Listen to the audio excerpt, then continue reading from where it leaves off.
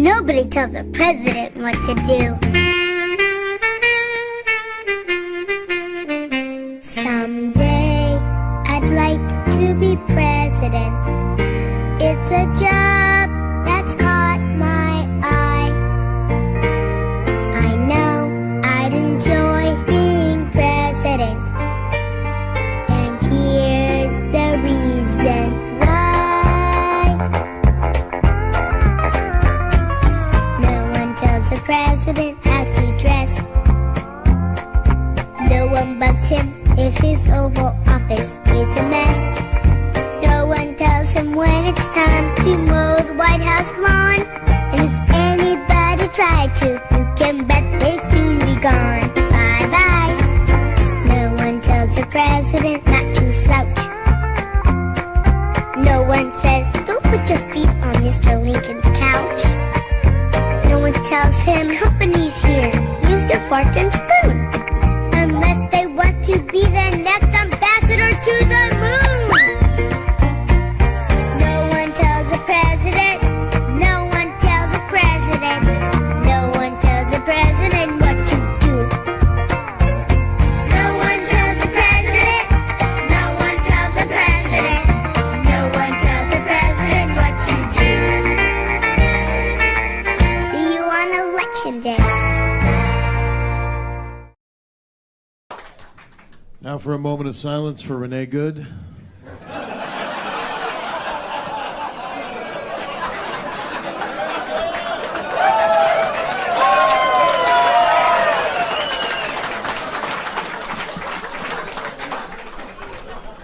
Really hope that dog's okay.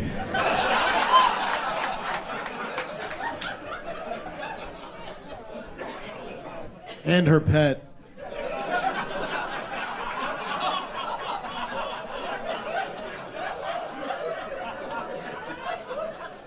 It's what you don't want when you're dealing with the police, your lesbian wife. Just, drive, baby, drive!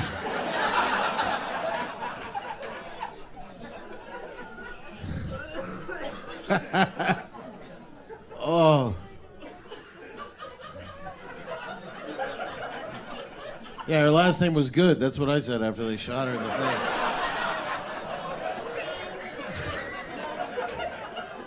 Renee, Good. She's dead. No, I joke. I honestly, I'm not a liberal, so I don't celebrate the death of people that I didn't hate her. I didn't know her. I mean, now that I know her, I hated her.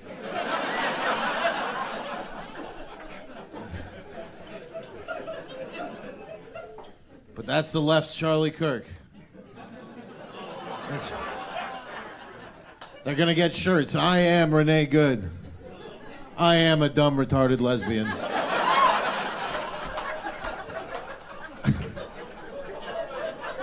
Get your shirts right now. BenBankis.com.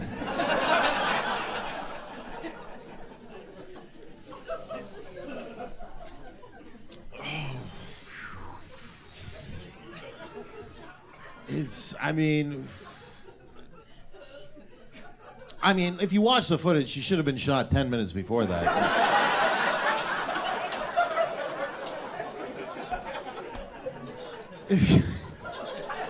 The way she was acting, driving around with cops, and they gave her a break. They didn't shoot her right away because they're like, oh, she's a dumb, crazy, retarded lesbian. She doesn't know what she's doing. She's white, so she's never committed a crime before.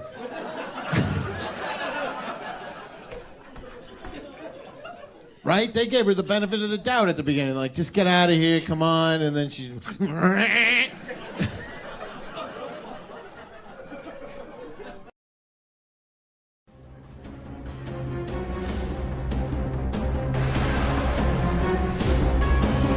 我々は予備的な動員を開始した。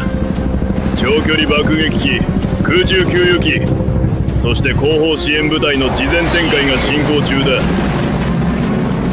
USS エイブラハム・リンカーン空母打撃群は南シナ海から中東へ移動しており、セントコムの抑止力を強化し、即応的な打撃能力を提供する。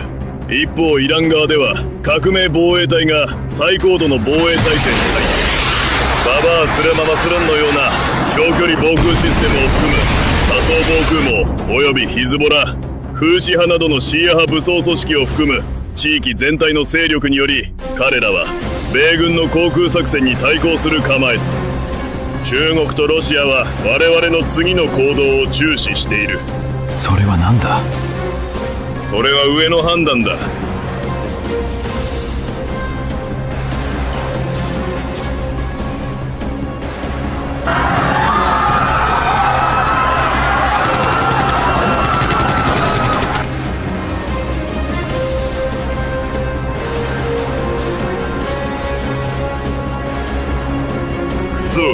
中東での長期化した紛争は中国に台湾へ動く隙を与えかねない。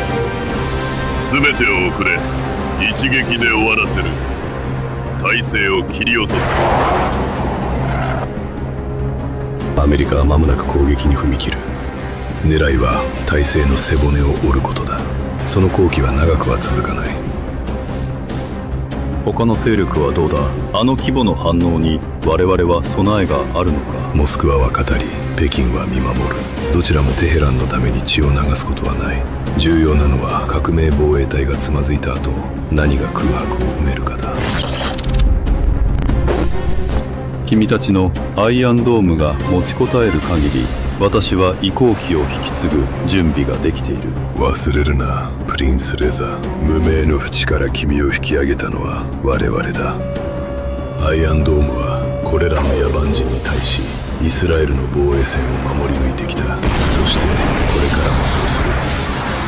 それは破られない。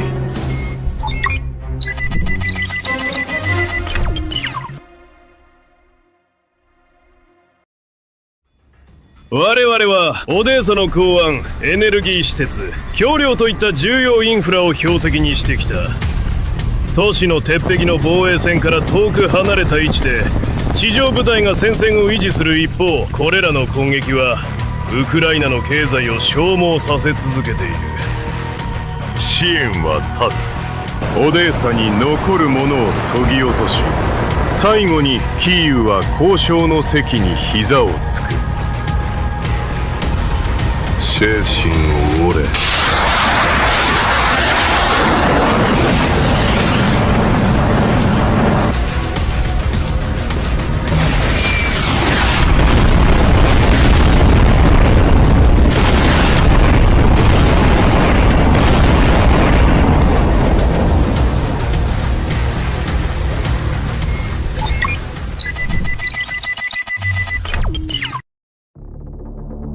共に取り組めることを期待しています。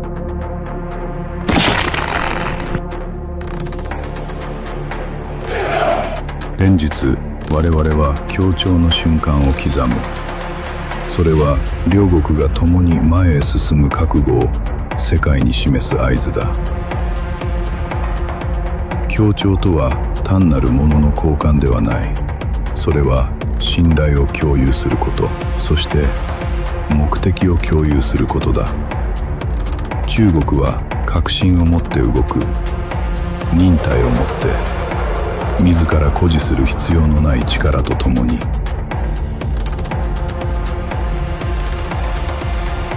この現実を理解する者にとって進歩とは実にたやすい。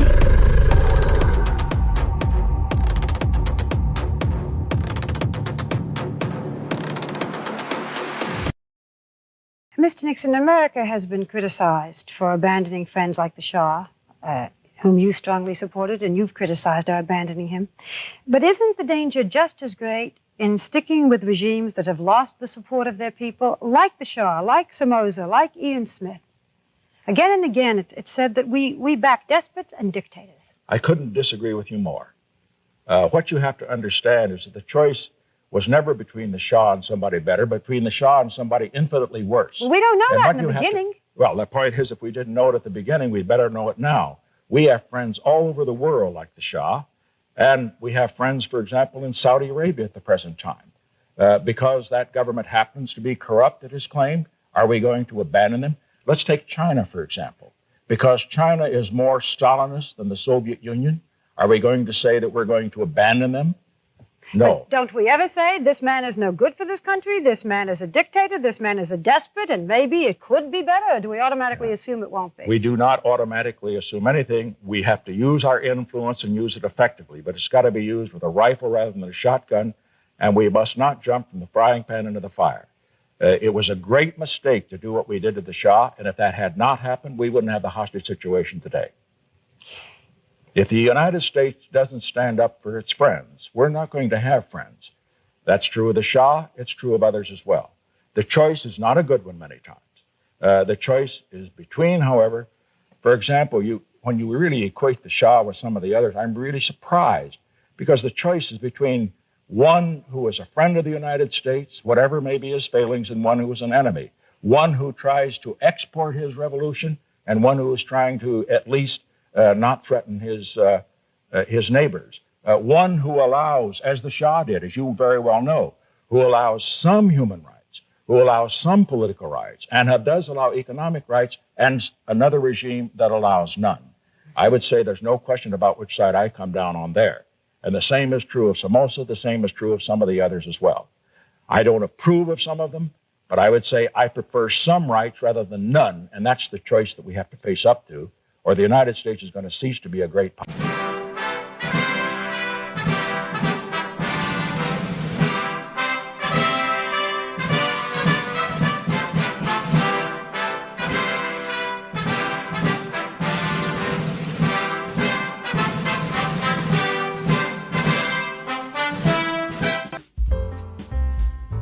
Good evening, everyone. How's it going?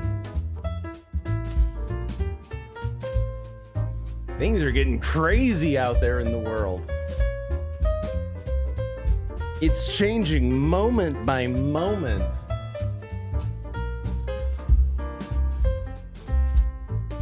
So, fair warning, anything I say this evening may not even be relevant next week. We'll see. We'll see.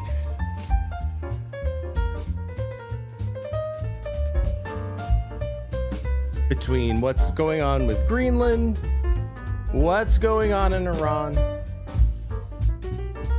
Some of the things I say might not even be relevant, but we'll see. We'll see. 'Cause it's looking like we might be one step closer to acquiring Greenland.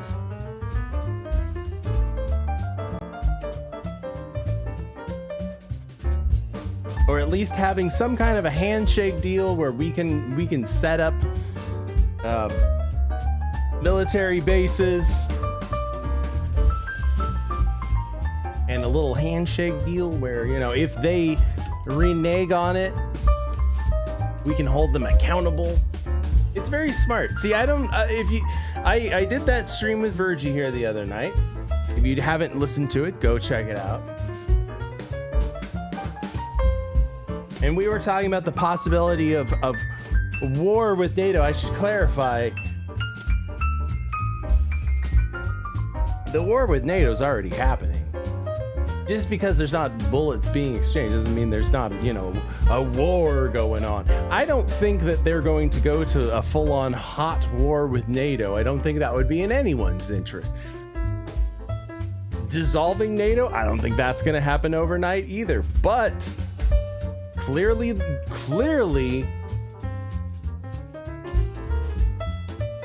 Trump is making some alliances, making some deals behind the scenes.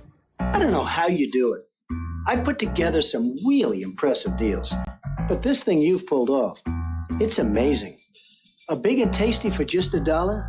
How do you do it? What's your secret?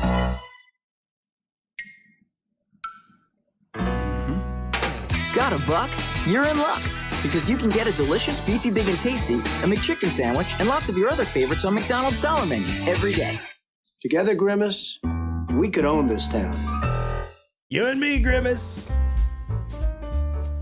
We are annexing Greenland. We are redeveloping Gaza. We're turning it into McGaza.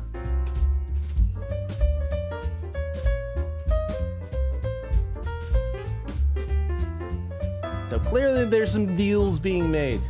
So we'll see. Interesting times to live in, for sure. Welcome, everybody.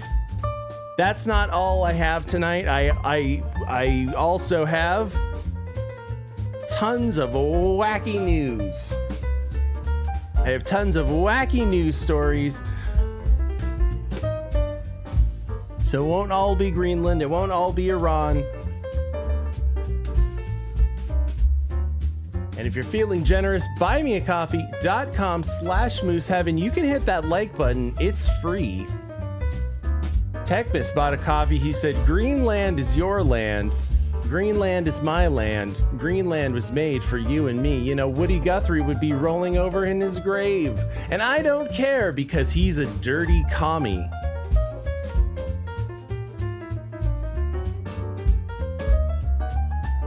But thank you very much, Techbus. Buymeacoffee.com/mooseheaven. Please have your wallets ready. This is a stick-up. Terror hits the island. There's only one man for the job, and she's a woman. Honolulu's toughest and sexiest cop swings back into action in this thrill-packed sequel to the worldwide hit, Silk. She's on the job to hunt down a cartel of ruthless art smugglers who'll stop at nothing to get their hands on a priceless Asian scroll. To stop them, she'll use her brains, her brawn, and her gun. Former Playmate of the Year, Monique Gabrielle, stars as the gutsy lady cop with looks, hands, and body. You almost got me killed back there. Crime doesn't pay. Silk 2. That's right, we're gonna get those Asian scrolls.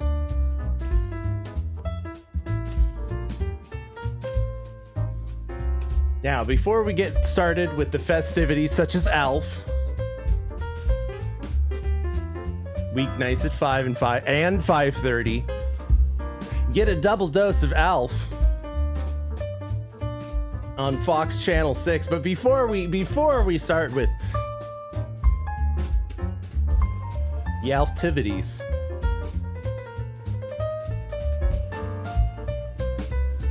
we're living in trying times. I think it's only fair and fitting that I'm gonna make you all swear an oath. I'm gonna make you all pledge allegiance to your country. I want to make sure that there's no dirty commies hiding, lurking. Because much like garlic crosses to a vampire, the commie hates nationalism and following through on things they said that they were going to do. So we're gonna do both. We're gonna pledge allegiance, brothers. Won't you please rise and pledge allegiance to this country, brother? And there's one last thing that I want to pledge. I want to pledge to my country and to my flag. And I want all my Hulkamaniacs here. I want you to stand up right now. And I want you to pledge with me. I want you to pledge allegiance to our flag, Hulkamaniacs. Let's do it for God, our families, and our country. Are you ready? I pledge allegiance to the flag of the United States of America and to the republic for which it stands, one nation, under God, indivisible, with liberty and justice for all. Invisible. They're never gonna find us, brother.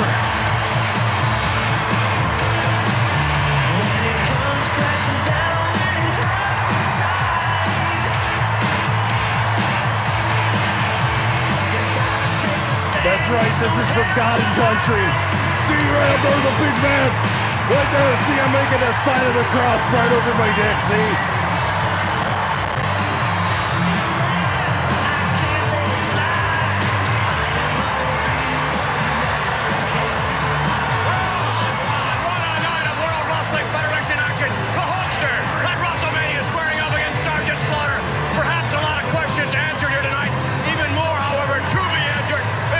I'll tell you something, come WrestleMania.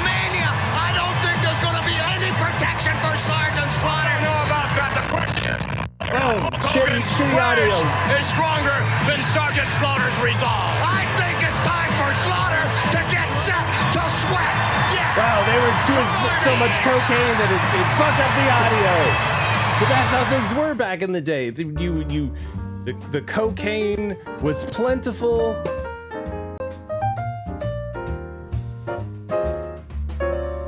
We were blowing up teachers in space. Everything was great.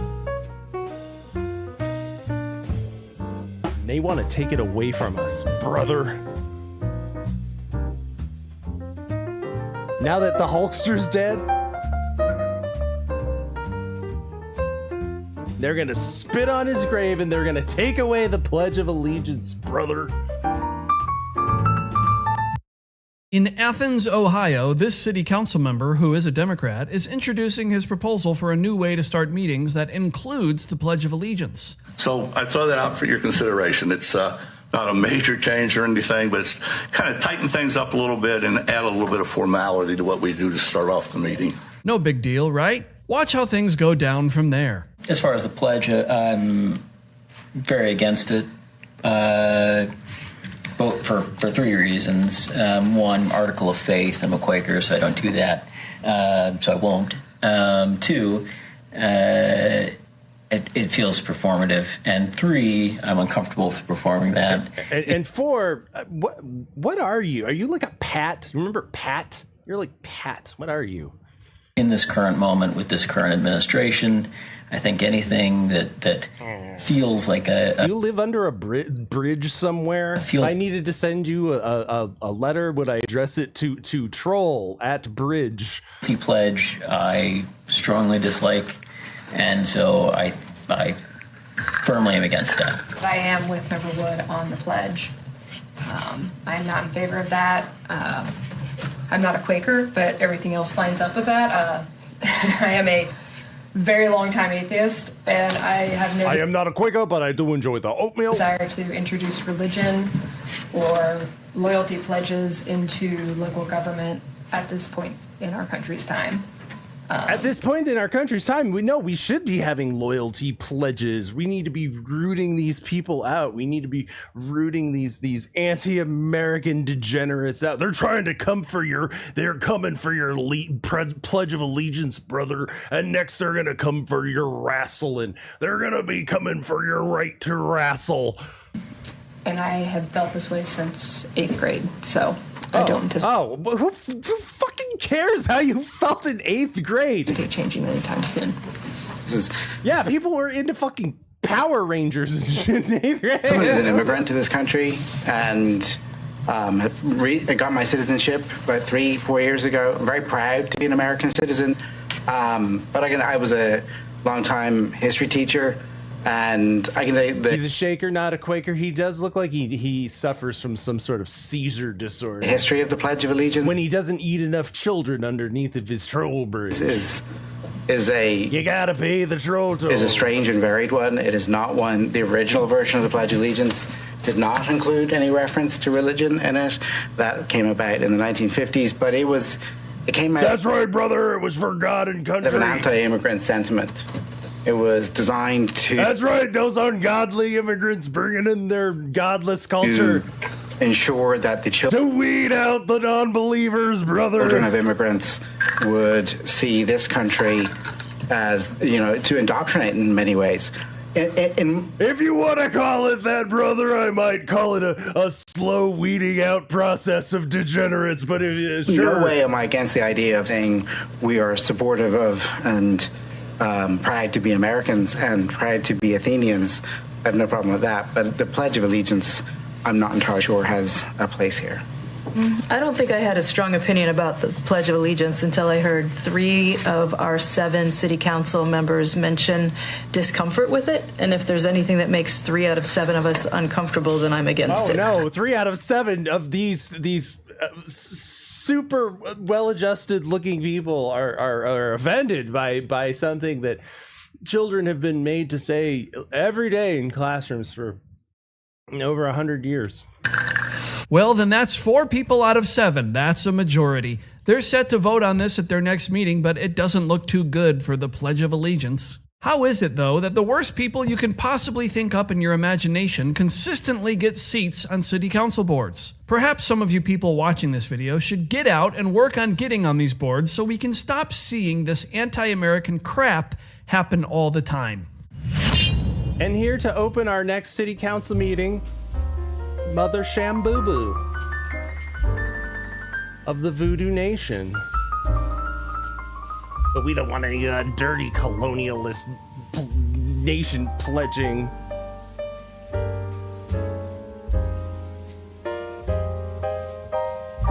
Commies don't like nationalism.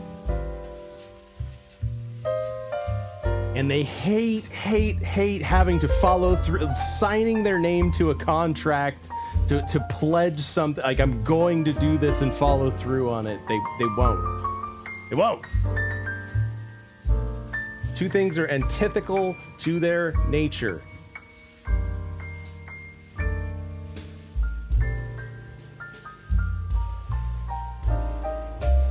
You know,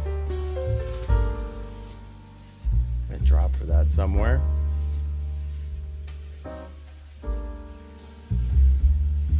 Would Homer Simpson be a communist? His father spoke out on his behalf. My Homer is not a communist. He may be a liar, a pig, an idiot, a communist, but he is not a porn star. Nope. Commies. These commies taking away our right to wrestle. And they're coming for your pooping. I'm telling you right now, you're gonna laugh at me and you think I'm crazy. You think I'm just Can I get over a here. paper trail to prove it? Check this out. Take a look at this. Jesus Christ, that right there is the mail. Now let's talk about the mail. Let's talk Can we about the mail, pooping. please, Mac. I'm dying to talk about the mail with you all day, okay? Pepe Sylvia. This name keeps coming up over and over again. Every day, Pepe's mail's getting sent back to me. Pepe Sylvia, Pepe Sylvia. I look in the mail. Well, this whole box is Pepe Sylvia. You think I'm nuts? You think I'm just over here, Pepe? No. They're coming for your right to wrestle and your right to poop in privacy. These commies want to take away bathroom doors. I'm telling you, it starts with feeding the homeless, and this is where it goes, is totalitarian poop control. Oh, I'm sorry, did you think full totalitarian control didn't also mean how you poop? Hotels. One, a hotel luxury. I would argue not a luxury, more of a necessity. You say is starting to go away? Well, let's put it like this. Sharing is caring, they say.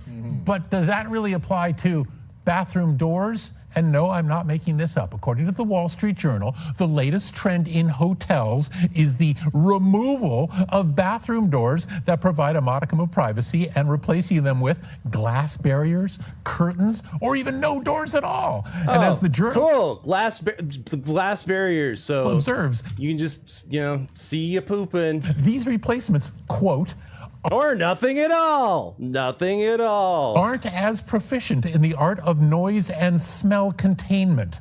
Well, that's a very demure way of putting it. Yeah, or it means your shit's gonna stink, and they're gonna hear all of the splattering from your diarrhea poo-poos. And they're gonna see it. Like, you're gonna just be right there, shitting out in the open. Junkies ruin everything. Yep, and we just had too many people who were just barricading themselves in bathrooms and blowing their heads off, and it gets really messy. So we thought it would be better to just have everybody just openly poop, and Marriott guest put it to the Journal. I've been married for 25 years. I love my husband, but I don't want to see him use the restroom. So if you're wondering what's going on here, hotels, especially, it's not just gonna stop at hotels, guys. They're gonna extend this everywhere. I've been saying this forever that shared stall bathrooms. It's an abomination because it's waiting for totalitarian draconian laws, anti-bathroom door laws to make us all have to just shit in one big fucking Indian style poop palace. Mid-range hotels have been scrambling to cut costs since the pandemic. In other words, Adios closets. Sayonara bathtubs. No, you give me my privacy or give me death. And now, apparently, ta-ta bathroom privacy. And one catalyst here, and this is a serious thing, is apparently federal rules regarding easy access for disabled people. And that means wider door frames so that wheelchairs can get through. I can't fit my mobility scooter through, therefore everybody's gonna have to watch you poop. And doors that aren't obstacles. And for many... This door is an obstacle to my fatness, so now everybody has to watch you poop. Hotel owners, one way to save on costs is to just not have to deal with that, and instead... Could you find other cost-saving measures, though? Like, that's the first thing that should, be a requirement is the bathroom door. I'm sorry. Adios door. And then it's open to everybody. Now, getting rid of bathroom doors altogether certainly addresses the problem. There's no question about that, but it forces changes that not... Like, do we need TVs? Do we really need TVs in hotels? All guests can... Everybody's got a phone. Did we really need TVs? Like, we could just cut those, Appreciate, unless that is, you feel that a hotel stay is better if the sink is out near the bed and the toilet comes with a view. My goodness. Yeah, why do they do that? Those doors should be a #1 priority. Right. I think at this not point... a #2 priority. Oh, listen. But a Bing, she'll be here all week, folks. I now feel that after reporting on this, that before I would splurge on a hotel room, I would have... And doors are not that expensive. It's like the cheapest of wood. To ask the question, do you have bathroom doors? I'd even want to inspect the room first, because this seems like something you'd care about. Yeah. I don't know. Call me old school. It's not gonna stop here, guys. I'm telling you, this is they're coming for your pooping. Draconian poop laws are coming for us all.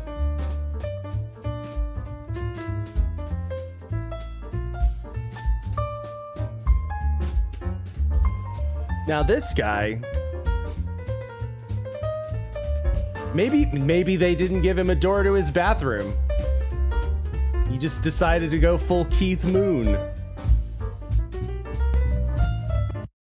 At 5, we're learning more about what led up to the arrest of a burglary suspect on the Coastal Carolina University campus. Now, newly obtained documents reveal officers arrested and charged Alec Arnello with 3 counts of burglary. That report says Arnello entered a home yesterday morning along Quail Run Road while the victim and his girlfriend were asleep. That report says Arnello poured queso on the TV. Queso. He poured queso. Girlfriend were asleep. That report says Arnello poured queso on the TV, smashed eggs on the floor, and then flipped over furniture. When officers spotted Arnello, he started running around that. No, he didn't. No, he didn't. No, this man's not run since high school. No. CCU campus area. Officers arrested him by the baseball stadium. Neighbors also accused. Yes. Neighbors also accuse him of breaking into several other homes in that area. Did he dump queso on their television set? What is the motivation here? The queso bandit strikes again.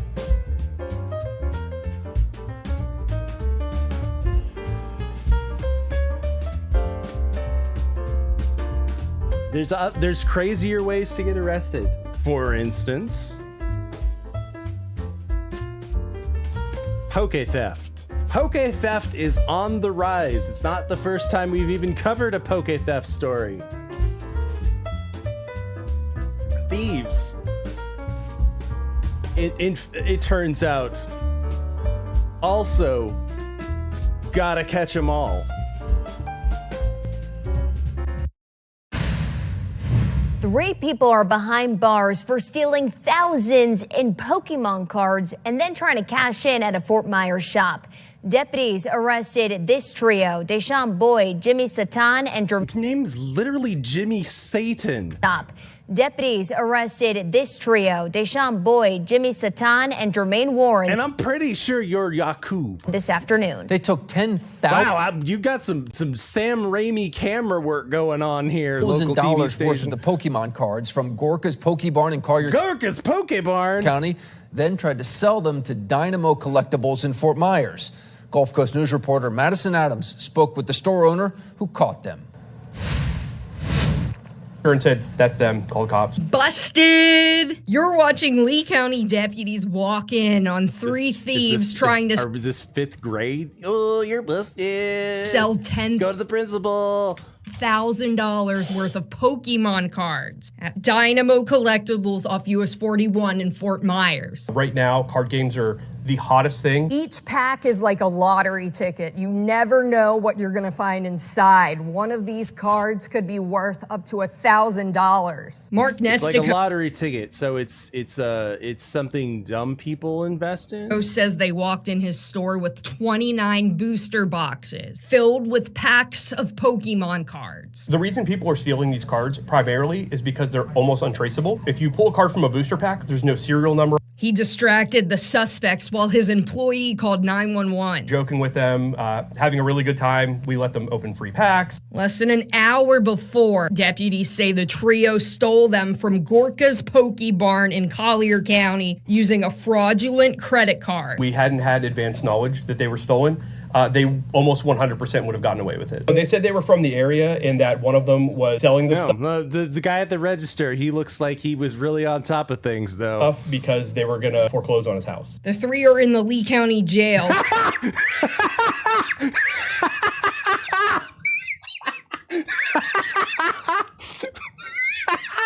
Deputies are still investigating, and tonight I noticed more Pokemon cards inside the suspect's car in the parking lot. Oh, yeah! When we brought them into the jail, they had Pokemon cards up their butts. Get my camera back out! Reporting in Fort Myers, Madison Adams, Gulf Coast News. That's the ultimate... That's the ultimate denigration, is just to have, like, little Poke ears on your mugshot.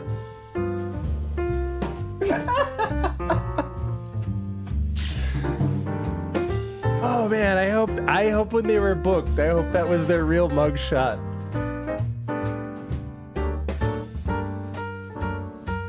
And then they were promptly stuffed into a tiny little ball and made to fight each other. Oh, wouldn't that be awesome?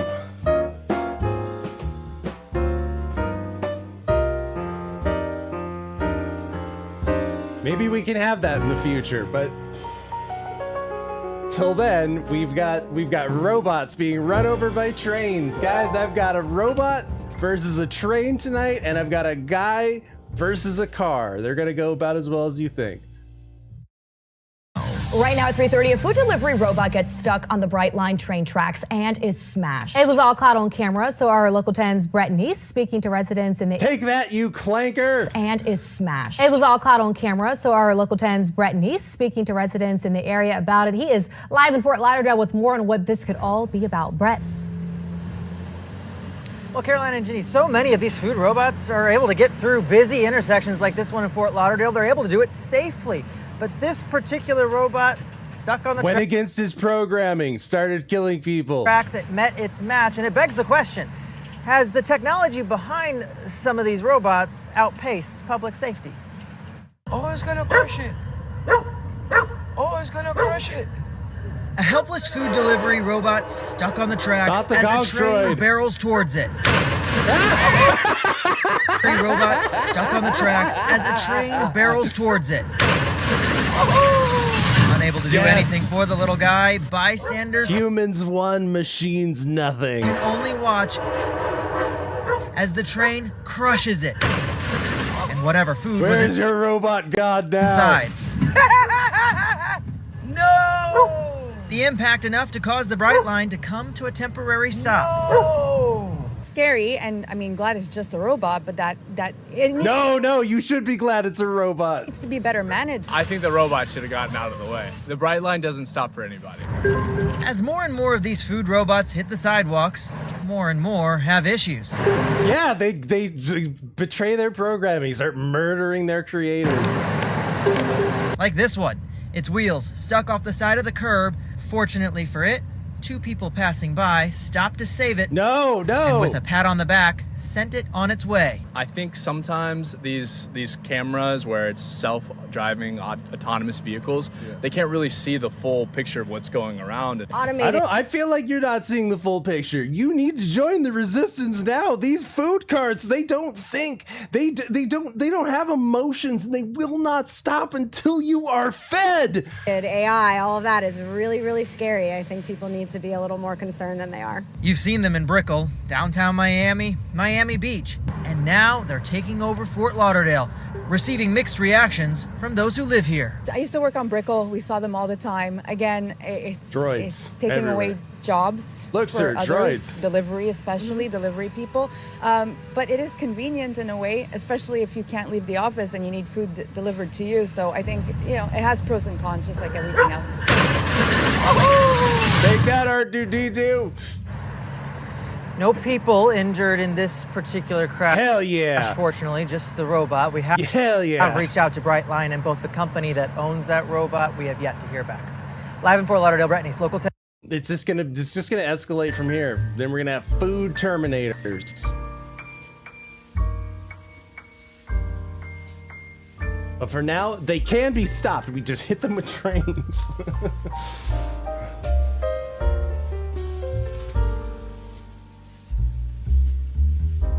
Turns out, running things over with a speeding vehicle, it's a good way to stop people from doing things. As evidence, take a look. Dan and Aaron, the San Jose police sergeant, was injured during the shootout with the suspect, but the good news is that he's expected to survive. The suspect, however, was shot and killed by police. San Jose police say just after 2 this afternoon, near 900 Capitol Expressway, an armed suspect walked into a car dealership and stole a green Corvette. Okay, so we already hate him.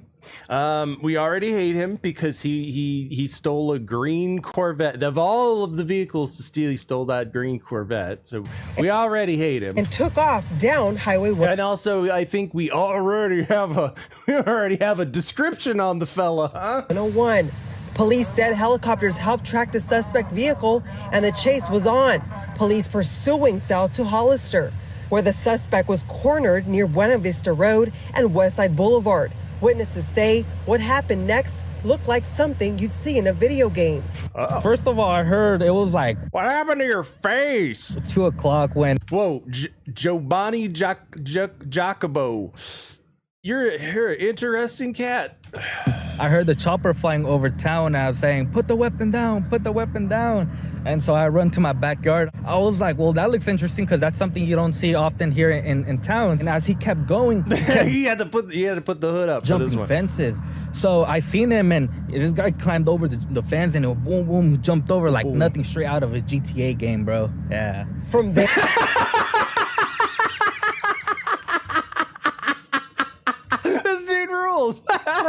I was just over here smoking weed, man, and I see this dude. He was jumping fences like it looked like a GTA game. Yeah. He kept jumping fences. So I seen him and this guy climbed over the fence and it boom, boom, jumped over like nothing, straight out of a GTA game, bro. Yeah. From there. The suspect stole another vehicle. In this viewer video, you can see him take off in a white sedan, and he headed back to San Jose, with police once again in pursuit. That suspect collided with a vehicle where the suspect then exited the vehicle, engaged officers in gunfire, prompting an officer-involved shooting. Oh no. Then what happened? Suspect attempted to flee, attempted to carjack another vehicle when they were struck by a police vehicle. That'll stop you. That suspect was declared deceased at the scene. Oh. So nothing of value is lost, except for the car. San Jose police have the whole area of North San Pedro Street and St. James Street blocked off to investigate. Reporting in San Jose. You're saying Spirit. Reporting in San Jose, Jacqueline Quinones, KSB. Where can I get this moderately hot chick's Instagram? I don't know. You find out. But you're saying Spirit. You're telling me that this guy got hit by a car? And you're not gonna show me a video of said incident? Oh no, I have a video. It's just on a different video. No, we're gonna watch him get creamed by this car. It's gonna be awesome. Start with this major breaking news tonight. A suspect dead and a police officer shot in the South Bay. And there's still activity on the streets of San Jose tonight. A violent crime spree. And it was so complicated because of how long it lasted and how far it stretched and really how dangerous it was. Look at this. We are talking about multiple crime scenes, some 50 miles apart, spanning between two scenes in San Jose and then all the way down to Hollister. Carjackings, shootings, and it all ended with police shooting and killing a suspect and then running him over in a car. That's why we're here. There is a lot to unpack here. Yeah, like his brains after he got hit by the car. Not to mention an officer shot. And for that, we have team coverage for you. Len Ramirez and Andrea Nakano are both live in San Jose for us tonight. We do want to start with Len, who can explain the details of what happened here. There's a lot of information and when this all happened. But Len, this is striking in part because a lot of this really happened in the middle of the day on a street in front of lots of bystanders and witnesses. I know, so we get to see it like full on, dude. You're right. Perfect lighting and everything. Sarah, it did happen in front of a lot of people in traffic, people at a stoplight, people getting home from work. And then all of a sudden, the scene was upon them. People had their cell phones out within seconds, recording the police activity and this extraordinary scene that left this police sergeant critically wounded and the suspect dead. This dramatic video shot by a witness from a nearby apartment shows the final moments of a... Oh, shit. Oh, you ain't gonna get away. This dramatic... You ain't gonna outrun the car. Video shot by a witness from a nearby apartment shows the final moments of a deadly shootout. The suspect is seen running away after a police pursuit and shootout with officers at the intersection of Highway 87 and Julian Street. He appears to be struck and collapses to the ground.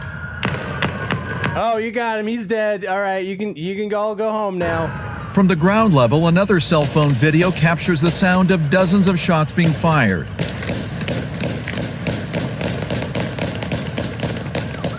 Seconds later, a police vehicle comes in at speed and can be seen running over the suspect. Oh, well, yeah, he was already dead, but just make sure. Seconds later, a police vehicle comes in at speed and can be seen running over. They just drifted right over him.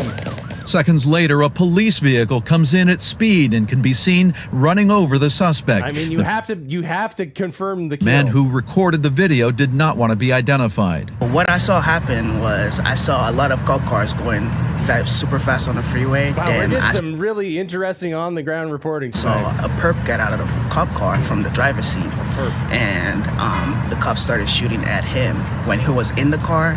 When he got out, and then he got hit, went down on the floor. Yep, he's dead. All right, we're good, guys. Oh, wait. I ran over. Player 2 is entered. Police say the shootout game. marked the end of a violent crime spree that began around 2 o'clock this afternoon when the suspect allegedly carjacked a Corvette from a dealership on the Capitol Auto Mall and then drove south to San Benito County. There was a San Jose helicopter that was involved in monitoring the vehicle and providing information to outside units. SJPD re-entered what I would call the pursuit once it He was shooting at cops too. I mean, frankly, nothing of value is lost here other than, the cars, but I'm sure insurance will handle it. I mean, what? Are you just gonna send him to prison?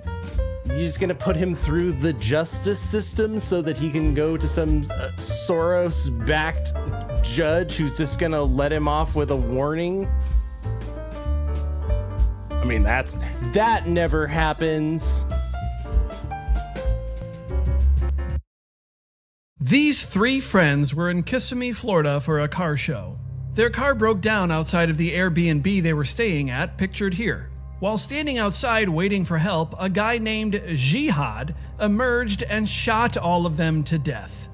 Your name is literally Jihad. It's like, I don't know how to drive this home to people that it's a culture thing.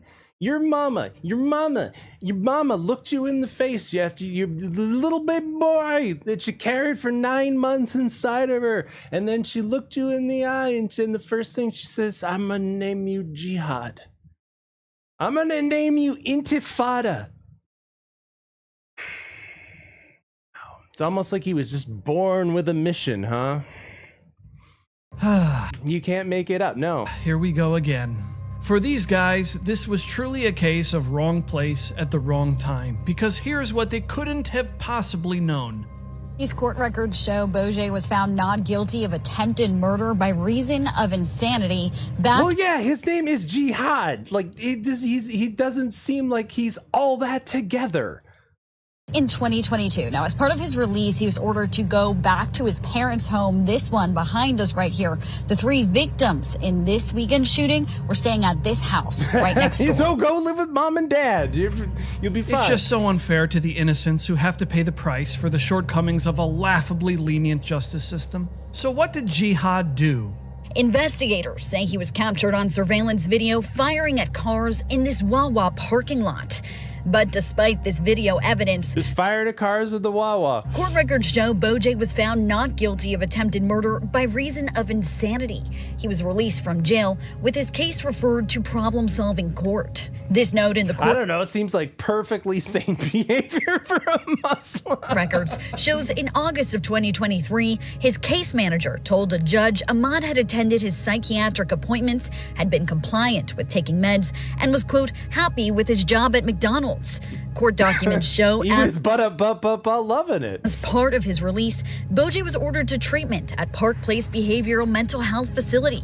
He was to live at home with his parents and was ordered to not have access to any firearms. Who would have ever figured that the guy named Jihad would have had, mental problems? Well, gee golly, I'm sure glad he got another Jihad golly chance. So did the neighborhood know about this guy? Did police know about this guy? Of course, the answer is a resounding yes. I can tell you he was a threat to that neighborhood all the time. We had a lot of calls for service on this person in that area. Oh, yeah, no. So you're telling me that the guy named Jihad, who had anger issues and mental problems, that he continued to be a public nuisance, you say? So he was a known person, a frequent flyer to the sheriff's office. Oh. To think that, there was a school right behind us. And someone who had actually been, I don't understand, acquitted because they were insane and they're living in my neighborhood? How does the justice system let that happen? How indeed? So let's ask the question, who was and is the state attorney for this area that wouldn't a Somali go after I'm guessing by the size of his cranium. Mr. Jihad, none other than a George Soros-supported Monique Worrell. She recently made news when she announced her office had a backlog of 13,000 cases. Oh, the guy who shot at cars at the Wawa was insane, you say, huh? She also made news when she declined to prosecute a man who masturbated in front of a child at a park. What possible reason could you have for this? All things that are wrong are not illegal. No, I'm pretty sure that it's wrong, and also, in addition, it's also illegal to whip your wiener out at kids at a park. I'm pretty sure that there's public indecency laws and like numerous other like laws that you could probably work to use against this, to litigate this individual. I'm pretty sure that it's both wrong and also illegal. Yes, all of these things you're about to describe are illegal, ma'am. In front of it can be both. Child at a park. All things that are wrong are not illegal. And I'm not standing before you today telling you that what happened in that park was wrong. But I am standing before you today. You're not gonna say it was wrong? In that park was wrong. You're not even gonna say that it was wrong, huh? But I am standing before you today telling you that I trust the word of the attorney who was assigned to this case when he said, although those actions were wrong, he could not prove beyond a reasonable doubt that they were illegal. Wait, well, hold up. How is how is whipping your wiener out like not illegal though? That's public indecency. There are laws for this. I don't understand how you can mentally gymnastic out of this because there are in fact laws for this, ma'am. I guess while we can be angry, we shouldn't be surprised by any of this. No, I'm frankly not. It's just it's typical fucking what's up, Roots?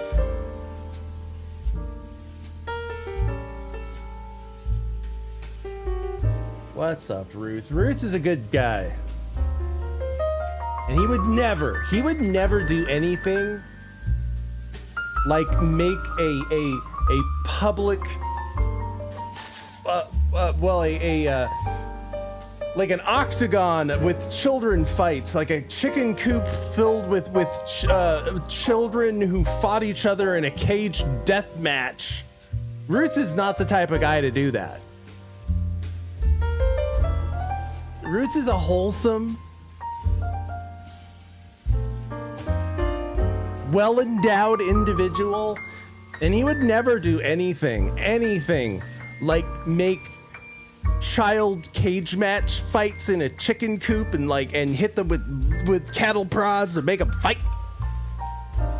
He would never do anything like that, but these people would.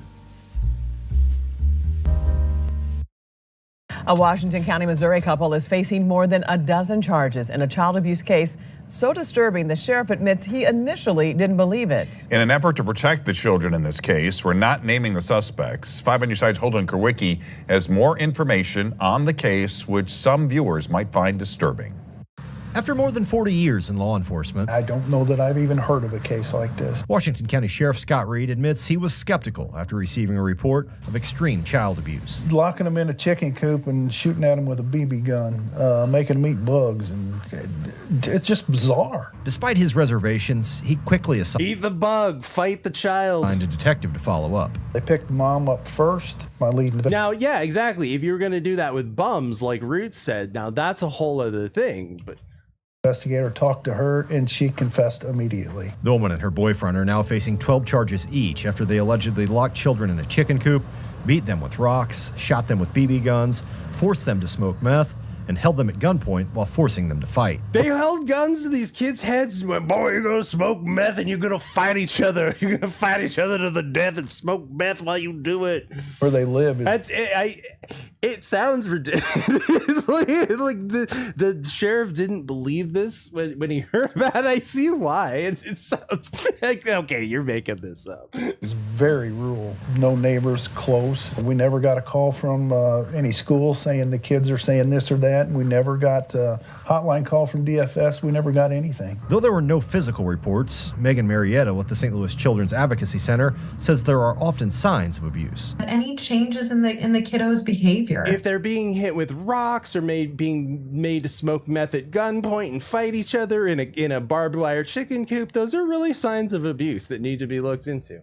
Are they losing interest in things that they want? Are they losing interest in things because they're too tired from all of the cage fighting that they're doing? Had interest in? Are they becoming withdrawn? Are they becoming withdrawn because of all the meth they're smoking and doing cage fights? Are you noticing any differences in developmental behaviors? On account of all of the abuse they're taking to the head with the cage fighting. It can take kids years to share their story. Sometimes child abuse does include things. Oh, we have to wait years for this story? Things that I want to hear about it now. We as adults can't even wrap tale of a child cage fighter our heads around.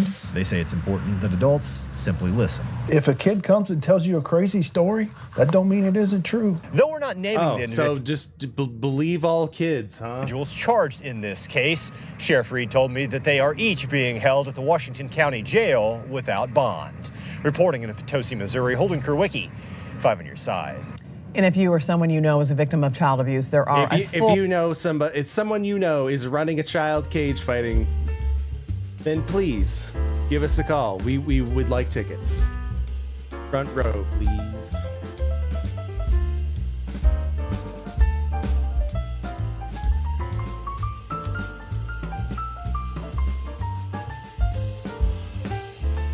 The question is this appropriate for children? Because it's not. It's just not. That's not even up for debate. What is though is that I don't think this is appropriate for anyone of any age. This assignment that this teacher gave to these kids, I don't think it's just that it's problematic for children. I think that it's problematic for everyone. Tonight, in a 10 Investigates, we're looking into concerns that parents are raising about a class assignment at a public school and whether it's appropriate for any age. 10 News reporter any age Andrew McClung joins us to explain the concerns and what you look. It's not a question of whether or not it's appropriate for children, because it's not. It's a question of if it's appropriate for anybody of any age. About discipline in this case, Andrew. Yeah, John, parents called it a mandatory assignment that made their daughters so uncomfortable they asked for a transfer out of the class. Brittany Seymour's daughter is a student at Cumberland County High School. And she says she was looking forward to the first day back at school on January 5th. That day, I just had got a text on my phone, and she was just letting me know that there's this teacher in here, and he's asking about preferred pronouns. And what she sent in the assignment was it had to do with writing down your sexual orientation, who you're sexually attracted to. Visual arts class instructor David Wilcox called it the Two Worlds assignment. There's no reason for a grown man to be asking students at all what their sexual orientation is, who they're sexually attracted to. Seymour wasn't the only parent upset with the assignment. If there was a teacher that you had that you wanted to groom you, who would it be? Ashley Smith says her daughter was also uncomfortable. First off, her sexual orientation. That was the main one, because that's just inappropriate. The other ones that are annoying, like he doesn't need to know what class she is in society, like what our family is, or like if we're Christians or not. Which that's some also, like, nobody should be forced to self-identify some of these things. It's just it's absolutely none of your goddamn business. What class she is in society, like what our family is, or like if we're Christians or not, which we are. After both parents say they raised concerns with the school, I reached out and received a statement from the superintendent that says in part, wait, all means all, and you got like white kids and yellow kids and black kids and brown kids and blue kids? You got blue kids and green kids and gray kids who are dying of cancer? Okay, that's sweet of you, but the blue kids and the green kids, really? Like we're just getting ahead of the curve now, huh? Investigation was conducted immediately, questioning pertinent individuals. At the conclusion of the investigation, oh shit! The blue skin ones are the inbred ones. They're the ones that are so inbred, like those Hicks in Appalachia that have the purple skin from inbreeding. The situation was addressed. No explanation was given on how it was addressed. So I requested Wilcox's personnel file. In it, I learned that he had been suspended without pay for 2 days, while also learning it was in relation to the assignment referred to as the Ring of Culture in his suspension notice. School officials, or like the Ring of Bullshit, cited the Tennessee Education Code of Ethics, which says in part, parents must be notified no less than 30 days more like the Ring of Intrusive Questioning prior to commencing instruction of a sexual orientation curriculum or gender identity curriculum. That's pretty, inappropriate, right? That like your teacher is just like, what are you into? Like what kind of things are you into? The email like what hours are your parents at work? Goes on to criticize the 35-year-old teacher for crossing clear legal and professional boundaries, noting the teacher faced a similar warning in the past. The parents we spoke to say the suspension he's done it before, you say, was news to them. No, 2 days, he should be gone. He's already been, apparently he's been already disciplined for this before, the exact same thing. So I don't know why they're not taking further action and getting rid of him. It is concerning. What is the point of this exercise? Feel uncomfortable sending her to public school. Yeah. Now, John, both parents tell me their daughters are no longer enrolled in that class as well. And Andrew, you also reached out to the teacher, Mr. Wilcox, in this case. What did he have to say? Yeah, I spoke to him on the phone Monday, providing the option to respond to There's a lot of heavy breathing. And frankly, I'm used to some heavy breathing, let me tell you. He got back to me today and says he has been advised to not make a statement at this time. The documents I also got said in them that his weekly lesson plans must now be reviewed by the principal or someone else that they designate. The Board of Education meeting is next week, and both parents tell me they are planning a protest ahead of the meeting. Andrew will continue to follow it. Thank you. Protest, protest. Where is it? What is the point of this? What is the point of this? What are the two worlds?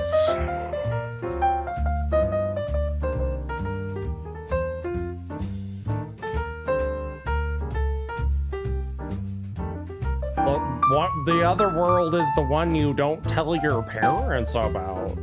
What this is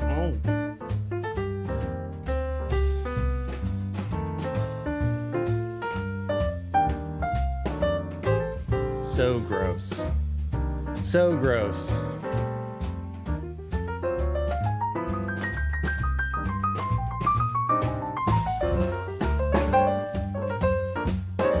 But at least he wasn't trying to like purchase a child, you know? Like at least he wasn't trying to purchase any of these children. Like this guy. Keeping an eye on Westmoreland County tonight. A 21-year-old man is accused of sexually assaulting a teenage girl. Gross. Vanier Morris is How can we make this worse? accused of pressuring a 13-year-old to drink alcohol and have sex while threatening her with a gun. Police say the girl told them the two met on Snapchat. Oh, awesome. Just let your kids hang out on Roblox, Snapchat. They're going to meet the awesomest of people. Also in Westmoreland County, an Allegheny Township man is accused of assaulting a 6-year-old girl. Oh, wait, this is a different story. What the fuck is going on in this county that you have like this amount of like sexual predator, like that, like in other sexual predator news? Hey guys, did you think that the guy who had sex with the 13-year-old? Did you think that was the main story? No, that was just the warm-up sexual predator. He was the opening act. What is going on in this county? Holy shit.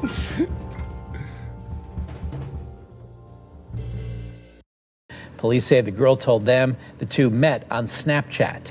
Also in Westmoreland County, an Allegheny Township man is accused of assaulting a 6-year-old girl he was babysitting, then trying to buy that 6-year-old girl. Yeah, we got it. Yeah, you thought that was bad. Try this on for size. From her mother. Krista Rose has the details.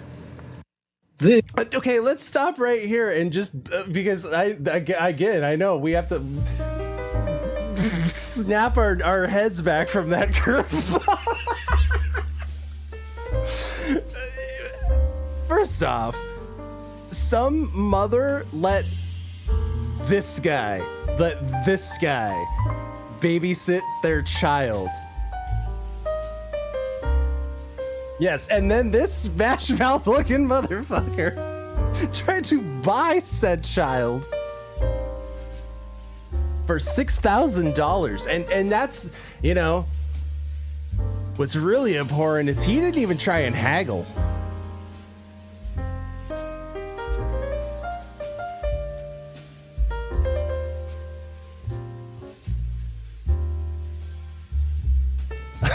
You can't make this up. This is all horrible. This is all like, let me get this out of the way. I'm not laughing at any of the things that occur. I'm laughing at just because you can't make this up. Oh God, what's going on, Pittsburgh? What is going on?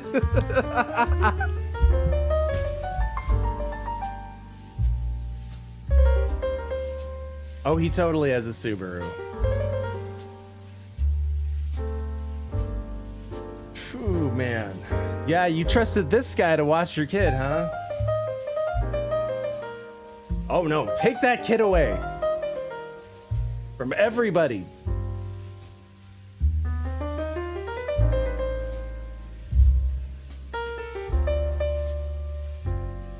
That should be a form of neglect, just that, just leaving your child with Theodore McGee.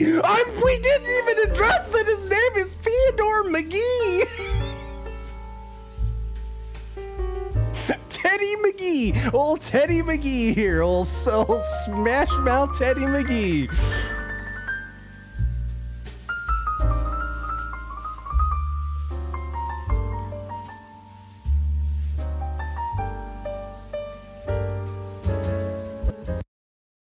This is 44-year-old Theodore McGee, who's facing multiple charges after he allegedly tried to purchase a 6-year-old child for $5,000 from her mother. Allegheny Township Police Chief $5,000, he really lowballed her. Daniel Unkefer says that they were alerted to this situation by the victim's mother. That's got to be a troubling call to get. Well, any sexual assault, male, female, older or younger, is always concerning. The fact that this case involved a minor. Hey, now he's an all-star. Yeah, not even 6K, 5K. It was troubling to begin with. McGee was known to the 6-year-old girl and is said to be a gross. Why? family friend. The little Why are you friends with Teddy McGee? Girl told police that McGee touched her as the two slept on an air mattress together. McGee denied assaulting the girl, saying that he only ever hugged her. Oh, that makes it way better. That makes it way better that you were sleeping with a 6-year-old on an air mattress. Somebody let your child stay with this guy, Teddy McGee, who only has an air mattress. So Teddy McGee has an air mattress on, and he feels like it's better that he was only snuggling with a child, not inappropriately touched. Yeah, that makes it way better.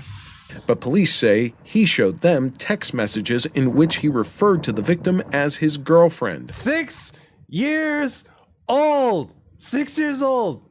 His girlfriend, Teddy McGee. After that, police obtained a warrant to search McGee's phone, where investigators found photos and videos of the girl. Chief Unkefer says he's glad that they were able to make an arrest swiftly. These cases sometimes can be long and drawn out. As this case was, there was a lot of things for us to do. This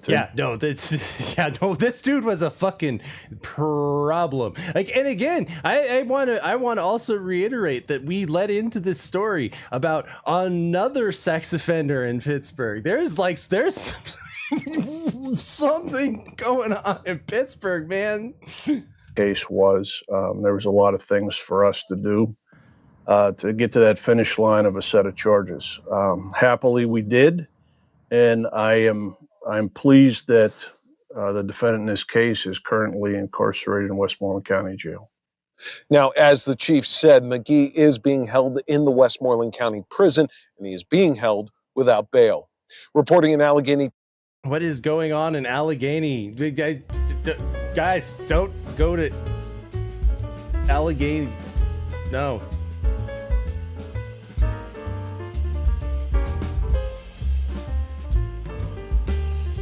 Straight to jail. That's a part of it.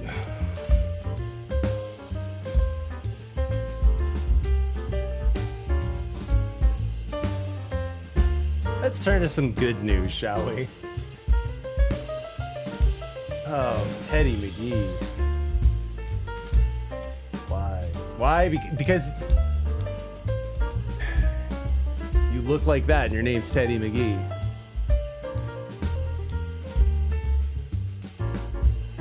Have his air mattress. It all, like I said, you can't make this shit up.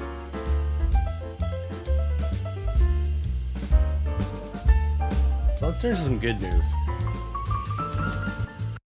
Second reporting. We're here to arrest a child sex offender. And you guys are... His name is Teddy McGee. You're honking. Oh, we're not. No, we're pressing. We're not that honking. Vehicle right there is honking and impeding our investigations while we're trying to arrest a child sex offender. That's who you guys are protecting. Insane. Unbelievable. You guys are out here protecting Teddy McGee. You even know what he did?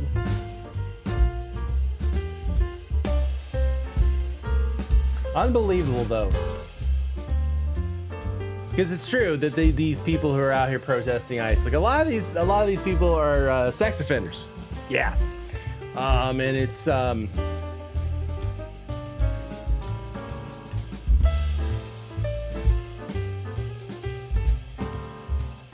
liberal mental gymnastics again, at play.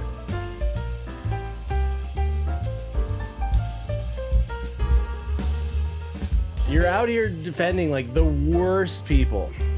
The worst people.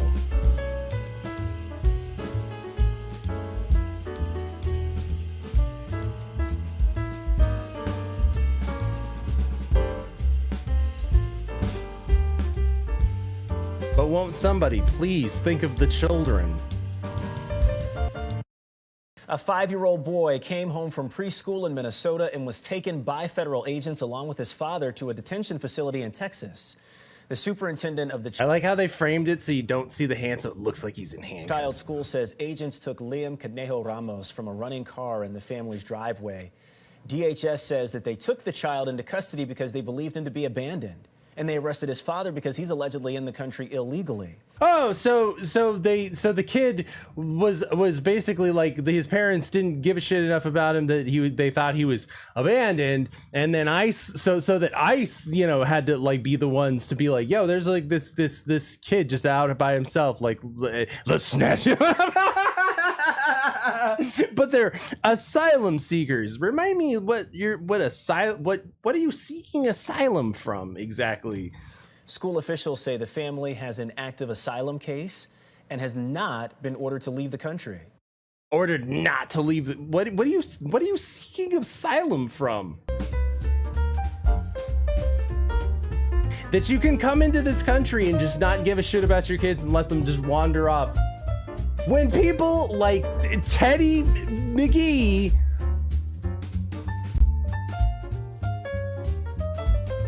gas them all, just gas them all of you, gas.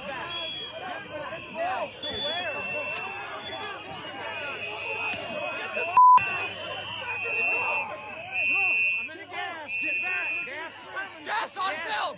Gas I'm on passing film! gas. We're filming you! Gas on film, Trevino! Gas on film!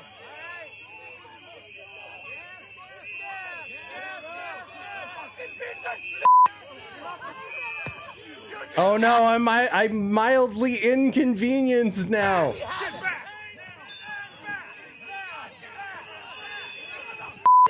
I love Greg Bovino because he's like a little R. Lee Ermey looking little motherfucker who just walks into the battlefield like he's not gonna be touched. Like he ain't gonna get a scratch on him. Sam! I have it! That's what a leader looks like. Sam, back up! The green stuff! It's people!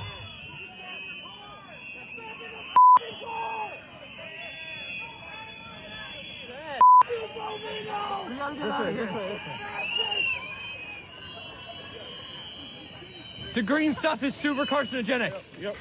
The green stuff is super carcinogenic, bro. Like, take a hit of my vape.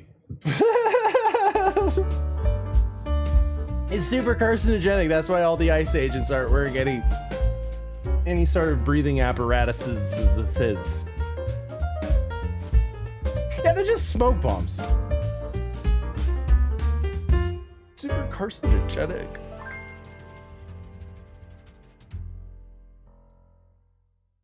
The green stuff is super carcinogenic. People are insufferable. You're out here blocking the roads, like you're getting cancer lesbians killed, blocking the roads for them trying to deport child molesters. Not a good look. None of it's a good look. None of it's a good look. Go, I'm not a Christian myself. Got nothing against people who are. To each their own.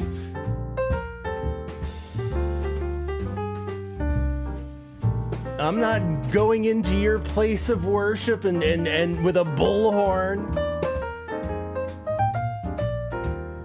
But these people are. Meantime, in Minnesota, a protest over the federal immigration crackdown turned into a tense confrontation there. Demonstrators following federal agents into a church. Now, the Justice Department says they will investigate. Now you're breaking Highlander rules. They're on holy ground. You just broke the rule of the immortals. ABC's Nicole D'Antonio has more. Good morning. The Justice Department says it's investigating after a video posted online by Black Lives Matter shows protesters entering that church in St. Paul. Black Lives Matter. You guys were the ones behind this, huh? Where they say one of the pastors is a local ICE official. Deputy Attorney General Todd Blanche says the protest interrupting a church service is a potential violation of the FACE Act. The FACE Act was passed to stop this exact type of conduct. From them showing their faces. Not allowed to stop people from worshiping, and you're not allowed to intimidate or impede them. And so the individuals that went in there and did that, and you could tell that they had a plan, you could tell that they had an agenda, and you cannot do that in this country. Yeah, did they do this at a mosque? Did they do this at a synagogue? No, they did it at a church, and you know why. Also from Minnesota, the family of this man removed from his house and detained by ICE wearing just his underwear is disputing old gray mare, she ain't what she used to be. Claims that he was living with two sex offenders. Ain't what she used to be. Whoa. Family was Teddy McGee's roommate. Also claims Teddy McGee, who would have figured, like small world, Teddy McGee's roommate. It's the old gray mare man. Underwear is disputing claims. He's guys, we laugh at him, but he's on the sex offender registry for exposing himself to that he was living with two sex offenders. Okay, man, she ain't what she used to be. The family also claims agents ignored their offers to produce identification. The state of Minnesota has been trying to convince a judge to declare the surge of federal immigration agents into the state as unlawful. The Trump administration, in a response last night, urged the judge to deny the state's request, claiming it would be an unprecedented act of judicial overreach. Nicole D'Antonio, ABC News. No, you know what would be really awesome though is if they charged these people. Like if they actually arrested some of these people, that would be awesome. That'd be good news. No.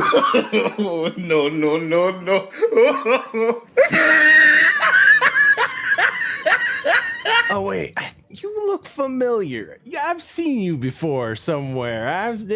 It'll come back to me. Ladies and gentlemen, I've seen you guys before. We got him. Maybe busting into a church and screeching liberal nonsense wasn't the best idea, huh? Let's take a look at the two ringleaders arrested. First, Nekema Levy Armstrong, activist, lawyer, advocate. I bet her website has that font, the super italicized, unreadable script font. I guarantee you that her website looks like that. She received the kiss of death from Don Lemon. How are you? Good to see you. Let's hear directly from her. We did not rush into that church. We actually. No, I don't expect you to. You're very fat. I don't expect you to run anywhere. We went and sat down and participated in the service. Listen, lady. No, yes, this was participation. I participated by disrupting the services and screaming at people and defecating on the floor and rolling around in it. We have eyes. We know what happened. All these comfortable white people who are living. I'm just engaging with the service, man. Lavish, comfortable lives while children are dragged into concentration camps. You're living real life, nice lives with your lattes, doing absolutely nothing for your Latino and Somali brothers and sisters. I'm just part of the congregation. I'm just screaming at people about their lattes and about Somalians that are taking their tax money and about the child molesters in their community that I'm protecting. They don't expect us to come there, and then we disrupt business as usual. But I have a special interest in that because I'm one of them. I am a Christian woman. My faith informs my activism. Over 3,000 ICE agents have descended upon the Twin Cities. So if we want to talk about busting into somewhere and descending upon a place, then we need to be talking about what ICE has done. I'm sorry, I can't deal with this. So what kind of defense might she muster up for this? I didn't choose the venue chose us. Oh, it was the only venue I was able to fit into. Got it. Well, I guess we better put that venue in handcuffs then. It is my duty. Anyone who has read the Bible knows that Jesus... You know, you really ought to ban venues. It's really the venues who pulling the trigger. Boldly into the temple and flipped over the table of the money changers. Okay. Oh, that's how you read that, huh? You know, Jesus was walking into church and throwing shit, tipping over tables, and that's very my style, so... All right, let's go on to the other woman arrested, Ellen Shawn Till. I'm practically Jesus. Till. Wow, Jesus! Whoa, Christ! Legitimately got me. God damn, that was like one of those scare video, like the pop-up, like you'd be watching the car driving and then the scary witch lady would scream in your face. It was like what I got a flashback to 2004 internet there. Yeah, I need a not safe for life warning on this. I feel like I've seen you before, though. I never forget a face. I recognize you from somewhere. Phew. No wonder she's mad at God. Ready? We have a duty to fight for our freedom! We have a duty to fight for our freedom! We have a duty to win! We have a duty to win! When I'm frustrated, I too go to the local Dollar Tree parking lot and scream with my friends. I mean, it's just there's a certain demographic of people. It's, you know, it's like just like birds don't think about migrating in the winter. They just do it. It's something within them preternatural that they just feel an urge with the changing of the seasons to relocate, like monarch butterflies who retrace the paths of their ancestor butterflies, you know, from all the way along the coast, and they don't even survive. They just keep keep the same migration paths for generations. How do they do that? It's just something instinctual in like a collective unconscious that they have. Much like that, there's a certain demographic of people that just feel inclined to congregate outside of the Dollar Tree and scream. Much like the monarch butterfly, they feel inclined to just descend upon the Dollar Tree outside and scream to their heart's content. Magnets, exactly. Outside of jail, she can be found here on the Board of Education for St. Paul Public Schools. That's a pretty heavy board then to support that. So glad we have such a bright star leading our youth. Thank you to the community that's been... She looks very Board of Education. ...showing up to protect our schools. It's been really trying times, but I know that our children are in really good hands, so thank you. Did you watch the whole outfit at Costco, huh? I know what you're thinking. Will they arrest that crazy guy that was screaming at everyone? So you know Pam Bondi, you want to come and arrest me? You want to come and give me charges? So be it. Pam Bondi responded, okay. Yeah, he's been arrested. I mean, I don't like. I'm not a big fan of blonde crypt keeper lady, but that's pretty funny. What about this guy? Yeah, what about this guy? There's a certain degree of entitlement. I think people who are, you know... Yeah, it's like some people just feel entitled, man. They just feel like that the world owes them to just congregate outside of a Dollar Tree and scream at people. The religious groups like that, it's not the type of Christianity that I practice, but I think that they're entitled. Oh, no, you practice a very gay form of Christianity, I assume. And that entitlement comes from a supremacy, a white supremacy. The clock is ticking, Don Lemon. Get ready.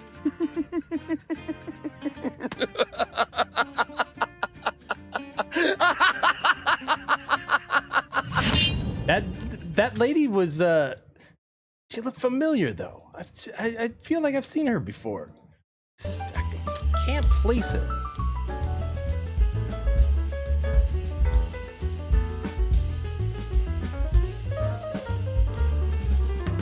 I mean, she was that fat Black Lives Matter activist lady who absconded with all of their funds and lived in a mansion and all that. But I feel like I've seen her somewhere else. I feel like this group of ladies. Where is it?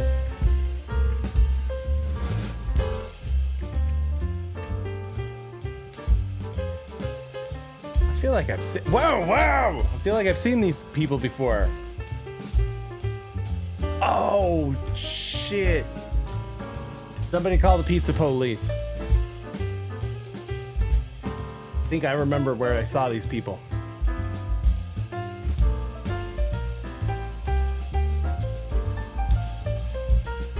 Give me a ambulance and the pizza police. 911. Hi, can I get a piece of, police to the ghetto gas unit?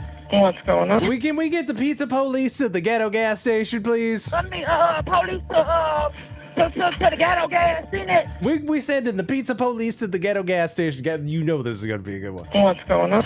Yeah, what is going on? Why do we need to send the pizza police to the ghetto gas station? Exactly. 911.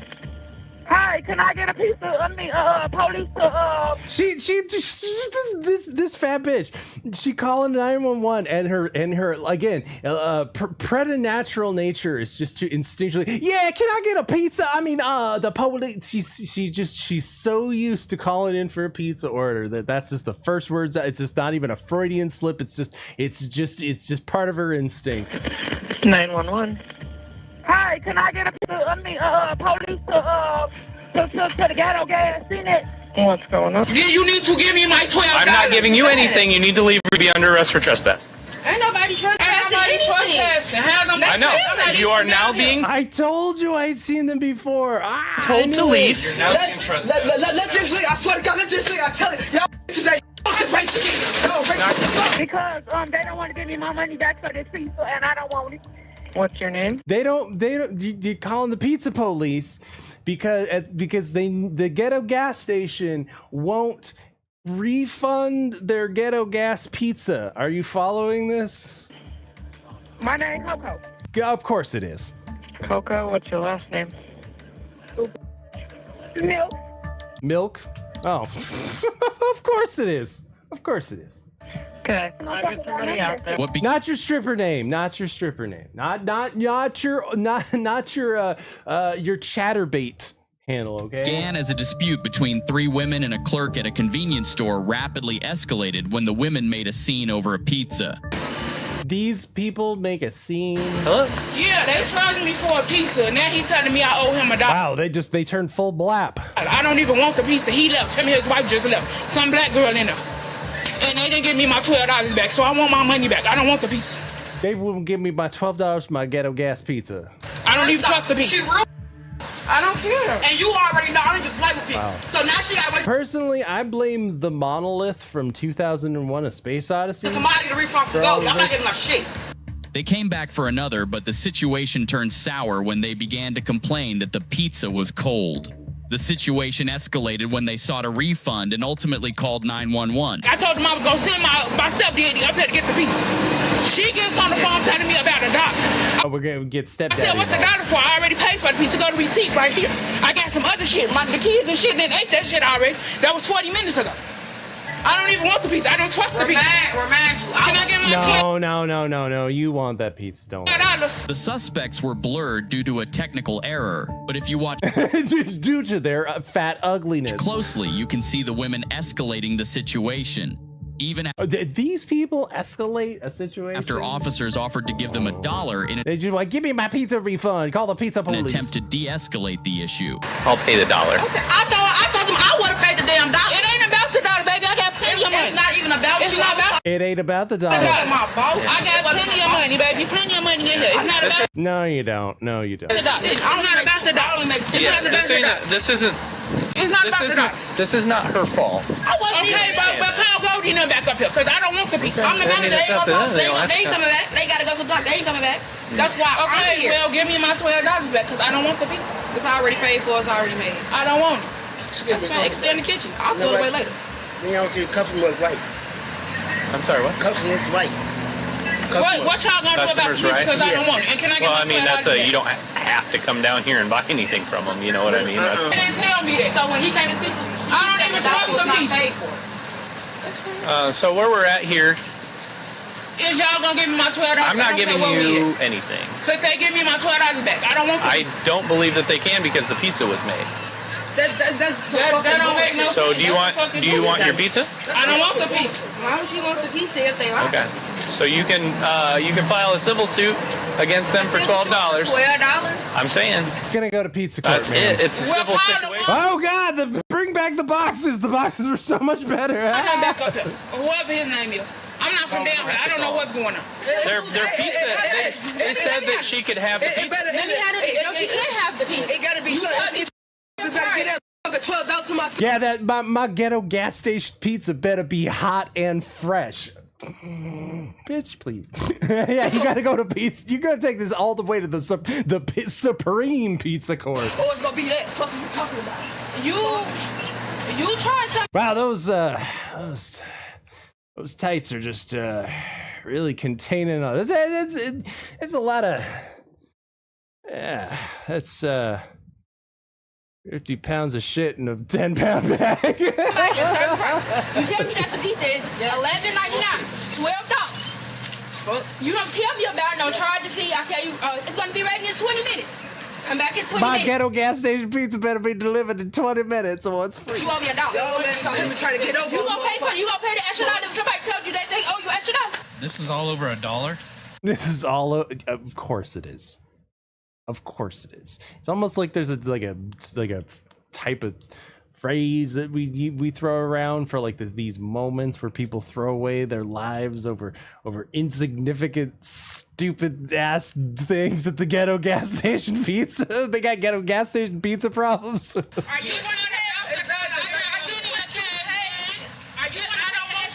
Yeah, it's $1. Okay. It's the principle of the situation. It's the principle of the ghetto gas station pizza. You know, if motherfucker would have asked you for $1, you would have paid that $1, right? Fuck out of here. Ain't no You can have your pizza. That one, the bathrobe one, that one fucking scares me. That one fucking scares me. Then you need to leave. You need to give me my $12. Like the other ones are just fat and annoying. That one's fucking nuts. That one will stab you. That one will produce a kitchen knife from underneath that bathrobe out of nowhere and stab your ass. I'm not giving you anything. You need to leave or you'll be under arrest for trespass. Ain't nobody trespassing. I know. You are now being told to leave. You're now being trespassed, so get out. Look, you're asking a lot here. We're gonna need to get like a crane, a forklift. Like we might have to take down a wall here, people. I know. You are now being told to leave. You're now being trespassed, so get out. I swear to God, let's just see. I tell you, bitches out here racist. Don't you push on me. Look, to be fair, he didn't push her. He just got caught in her orbit. Push on me.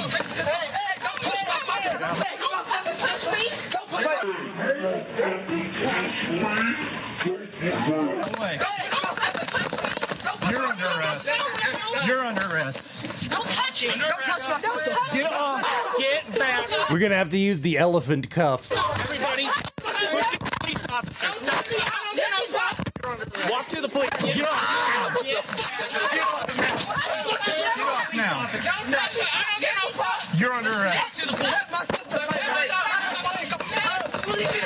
You too, bathrobe. You are getting. You are going to. You want to be released. You want to get back right now. Get back. Turn around. Walk. Turn around. Right now. Well, you asked for the pizza police. You got the pizza police. You want to really assistance here right now. Walk to the car. Walk to the car. Well, we obviously don't expect you to run to the car.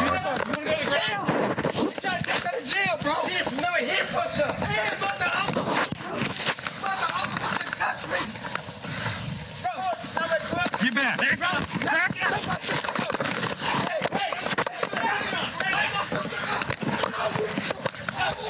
Pizza police needs backup.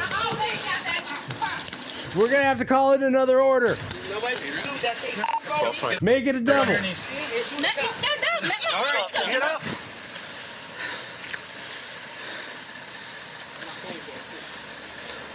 Y'all touching on me? Oh, good God, bring back those black boxes. Y'all need to take these handcuffs out. Walk to that car.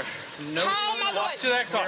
Call my lawyer. Okay, you can call your lawyer. You don't have a lawyer. Call my lawyer. Make sure they know. I'm in the middle Come on. of a injury. A lot of things. You're very large. You're in the middle of a lot of Pushed me. things. So I did put my hands on.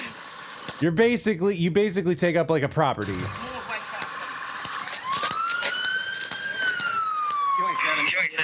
Is that a onesie? It's supposed to be. Is that fair enough? What's your name? Get all their names. What's all their names? Sit down now. Have a seat. Sit down, please. Sit down in the car. Why y'all want to Sit down in the car. Sit down in the car. Get in the car. I am in the car. His name is Kingdom. Sit down. You're gonna get all His name is Briar. His name is Name Garney. will be on your. Kingdom Briar. Step back. You can record this back there, okay? Get him. He pushed me. Get in the car. Get in the car. His name is Gerhard. We have all of your Get put him. you in the He pushed car. me. Get in the car. Get him. He the one that pushed me. Don't touch me. Just step back. You can record. You can record. Ma'am, nobody wants to touch Step you. back. Nobody wants that touch You can record. Just step back there.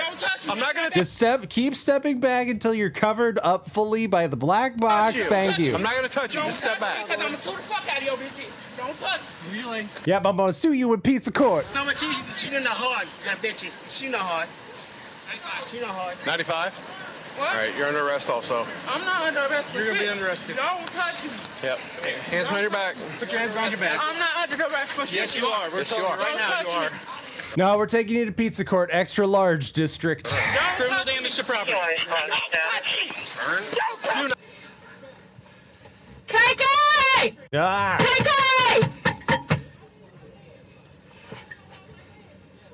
KK! KK! KK! Do not kick. Right now. Take your leave. Hands behind your back. Put your hands behind your back. Stepping on my glass. Put your fucking hands behind your back. Can I have my glass? Yes, ma'am. That's your flag. Check under the flaps. You need to check under. Oh my God! Oh my God! She got flap smegma.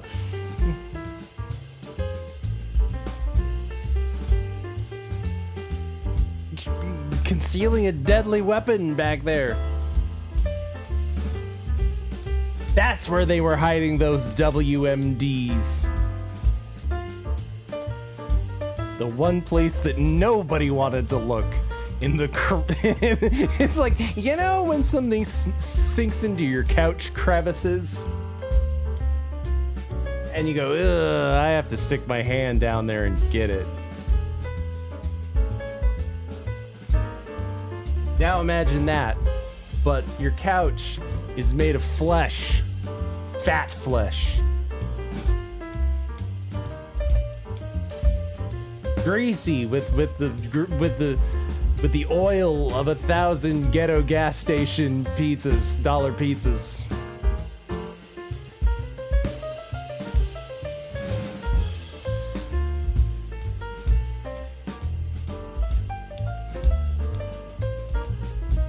I knew that these people who were disrupting the church, I knew they looked familiar. Now it all adds up. See, if you are willing to get this upset over $1 ghetto gas station pizza, yeah, I mean, I guess I can see why you would go off on people who were just trying to mind their own business in their place of worship. I don't envy those cops, though, that are gonna have to glove up and go check in those couch cushions.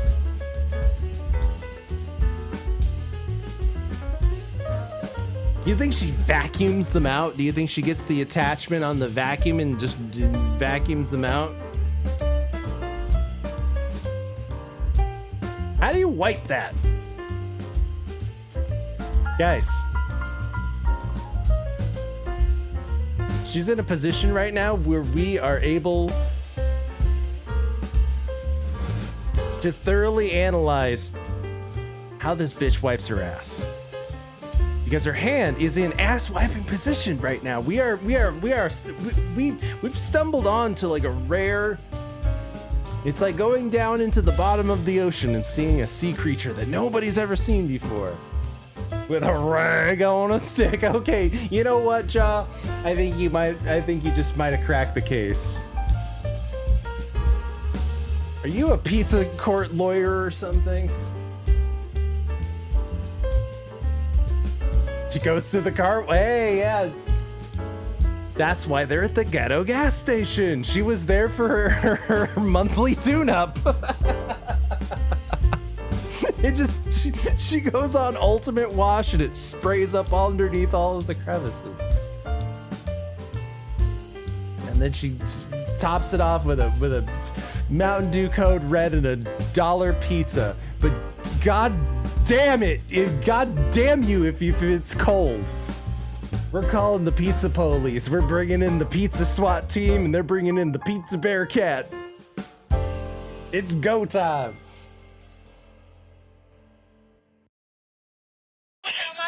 Well, get your glasses. Second pair. Roll to your side. Roll to your side. You roll to your side. No, I cannot. My side hurt. I'm in the middle of the lawsuit. I just got out of an accident. Okay. I'm suing the out of y'all. We're gonna help you get. You're expecting her to roll over. You're gonna cause a minor earthquake. All right, we're gonna get you up to your feet, okay? I don't want y'all to touch me. We're gonna have to help you get to your Please feet. don't touch me. Don't touch me. Get up. Don't touch me. Y'all gonna be here for all day. Don't touch me. Oh, that's not gonna happen. We can't get up. Don't touch me. Send me a woman cop. Don't touch me. Ma'am, nobody wants to touch you. But like that's the thing we're all trying to avoid most right here in this situation. Don't touch me. Stand up. Take your legs off. Don't touch me. Stand up. Don't touch me. How many, did they have 3 handcuffs interlocked? That's awesome. Kid, I need my shoe. I told you this one's a problem. Bro, he just choked me in some shit, bro. Like, what the f? Like, come on now, bro. Then he just slammed me on the ground, gang. And he hurt my fucking neck, bro. What the f? Like, bro, this is so fucking stupid and retarded, bro. Like, bro, what the And you and like recognizes like. But y'all don't understand shit, bro. He just put his hands on me, dead. Retarded recognizes Choke retarded. me, bro. What the fuck, man? Then you just slammed me on the ground, bro. What the fuck? Then you trying to put your neck in my knee. The women were given their money back. No, just kidding. On a serious note, they were hit with 3 felony charges of battery on an officer. This may be a learning lesson, or this may be about the... No. They're not gonna learn a thing from this. Principal, I want my $12. I want my money. Give me my money.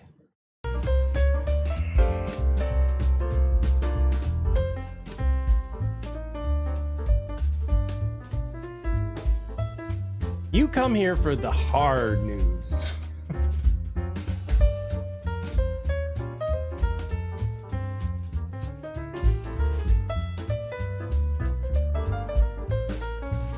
Somebody call the pizza police. The pizza police jurisdiction does not, it only extends so far. And I told you so. I told you so for the people keeping score at home, that getting rid of the Diego Garcia base is gonna be a fucking problem in the future. Total weakness and great stupidity. That's how Donald Trump has described a British deal to... Very stupid. They're throwing their lives away over $1 pizza from the ghetto gas station.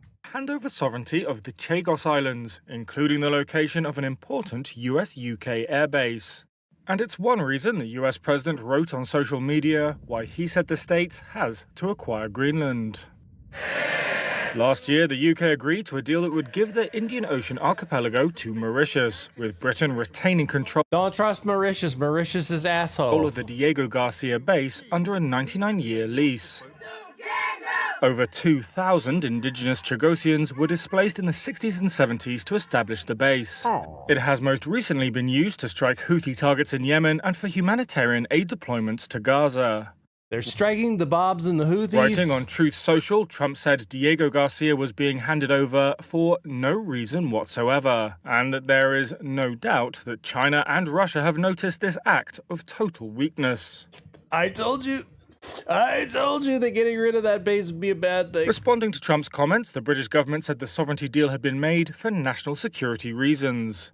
The base on Diego Garcia was under threat after court decisions undermined our position, a spokesperson said, and would have prevented it operating as intended in future. Indeed, Washington last year gave its blessing to the deal.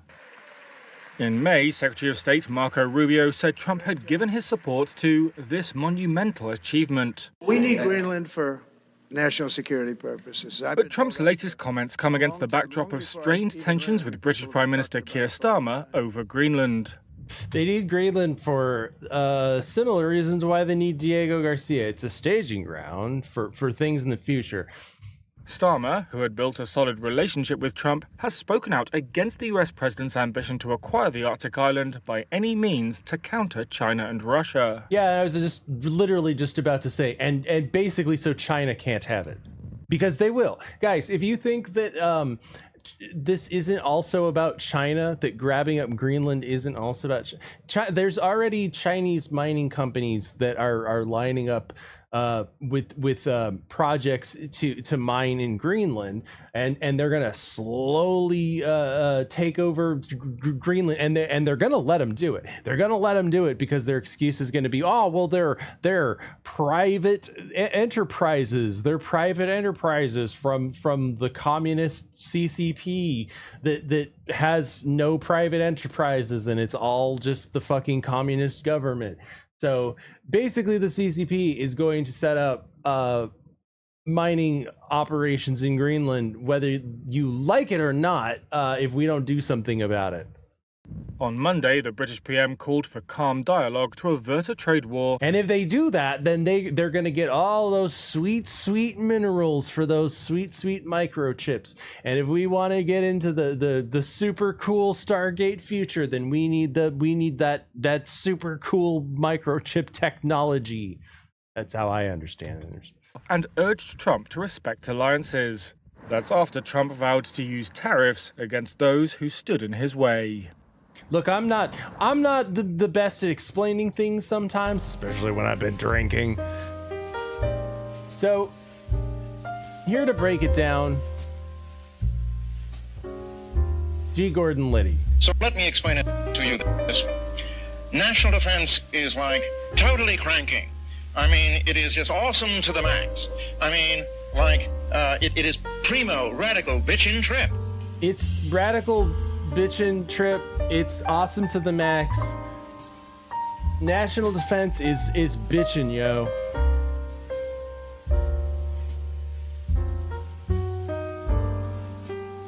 It's fucking radical.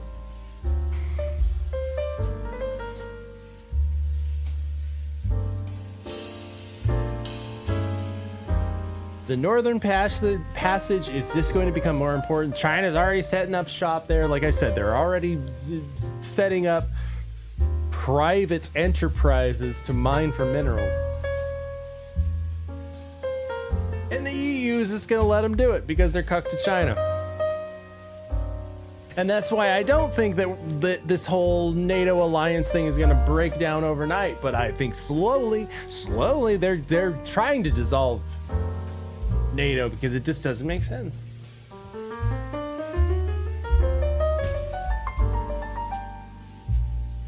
It's a test of loyalty too.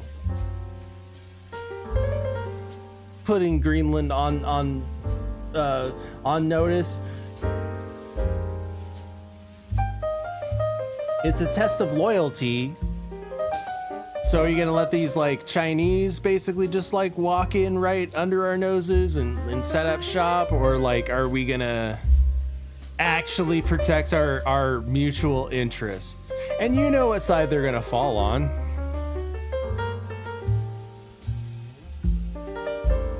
But they don't want to fall on that side because then it's going to spark, as we've talked about, war between the US and NATO, and they don't want that to happen, and we don't want that to happen, and it's probably not likely to happen. It's already happening, just not in a bullets flying kind of way.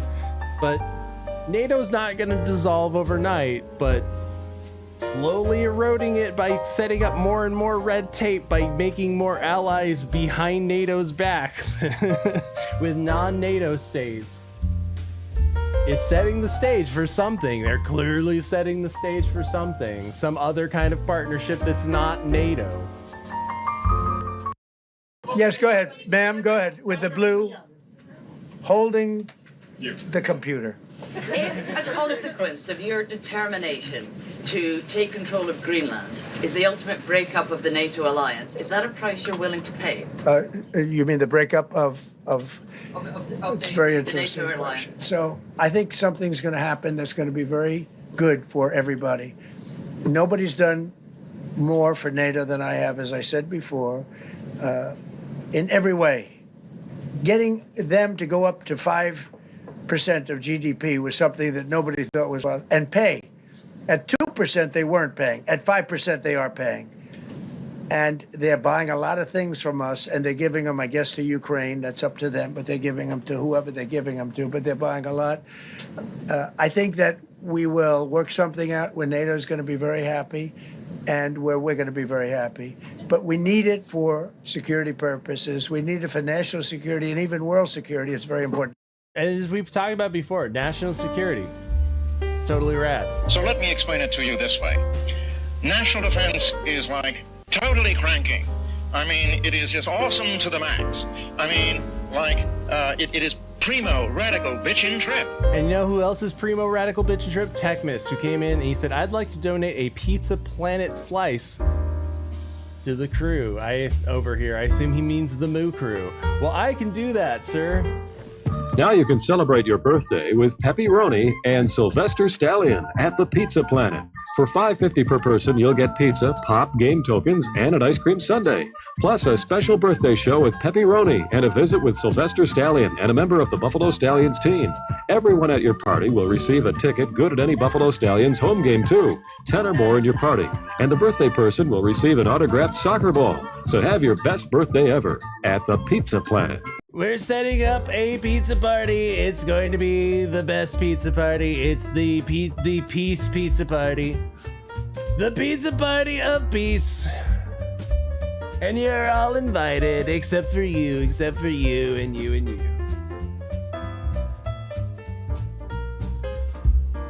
We're setting up a global pizza party, and everybody's invited. Everybody gets a slice.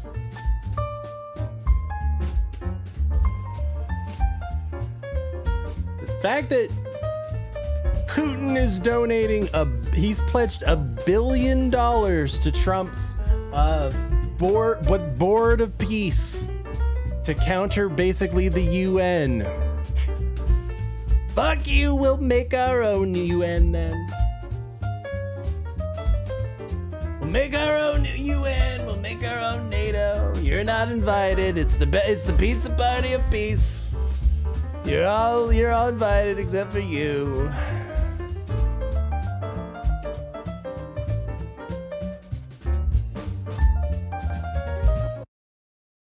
He was invited. He's accepted.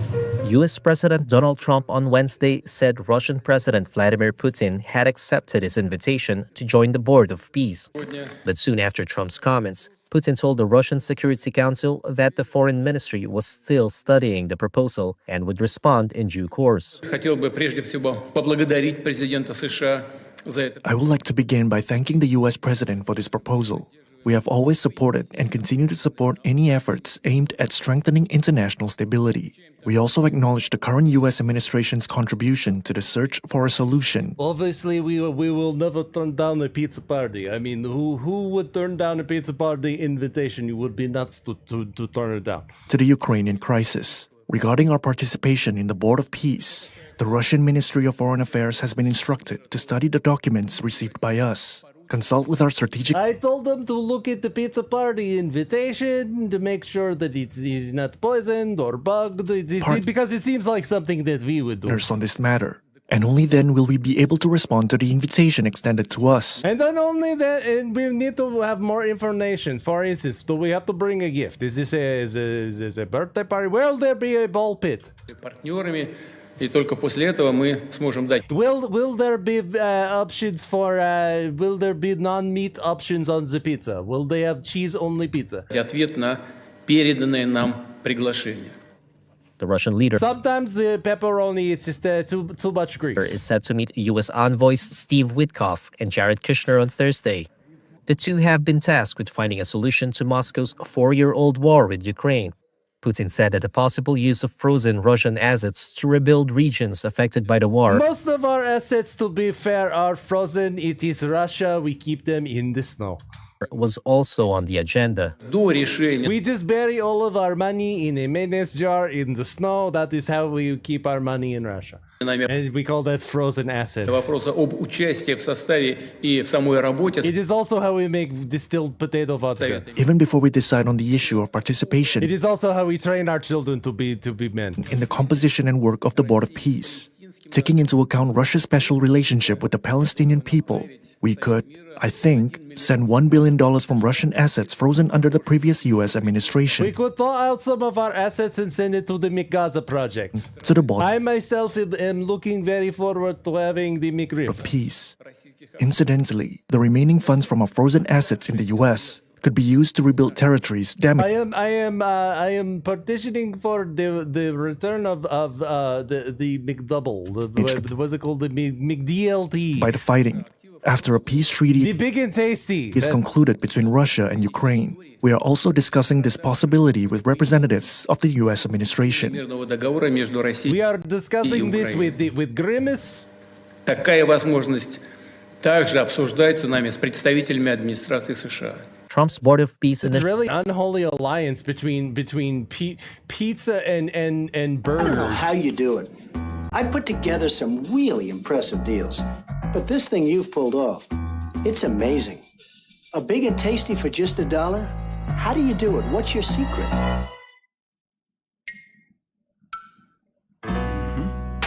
Got a buck? You're in luck. Because you can get a delicious beefy big and tasty, a McChicken sandwich, and lots of your other favorites on McDonald's Dollar Menu every day. Together, Grimace, we could own this town. It's really Grimace that's pulling the strings here. He's really the mastermind of this whole project. This redevelopment of Gaza thing. Grimace is really your man.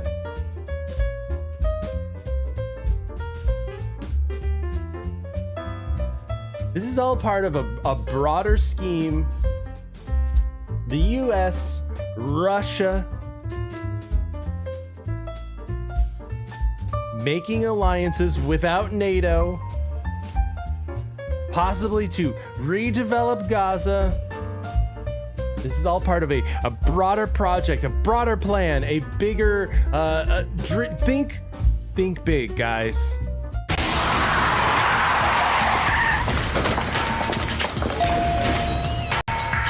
Secret Service, ma'am.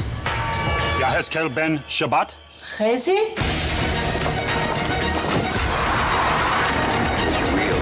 Yahra Goren? Come with us. YouTube again. Shimri Harari? Huh? Shimri Harari? Check the meat, check the fries, you check the back. Canola oil, no trans fat. Checked. Affirmative. 100% unprocessed, pure lean beef. Check. Copy that. Send in the Eagle.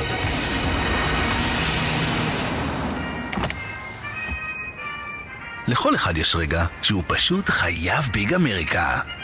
Here you go, Mr. President. God bless Israel for the big America. מקדונלדס מציגה סדרת ביג אמריקה, המבורגרי בנטריקוט משובח ב6 טעמים נפלאים. מקדונלדס. Just think about it, a McDonald's and a Pizza Planet under one roof. Can you believe it? That's my vision for the Middle East. I'm bringing Jews and Muslims together with a McDonald's and a Pizza Planet.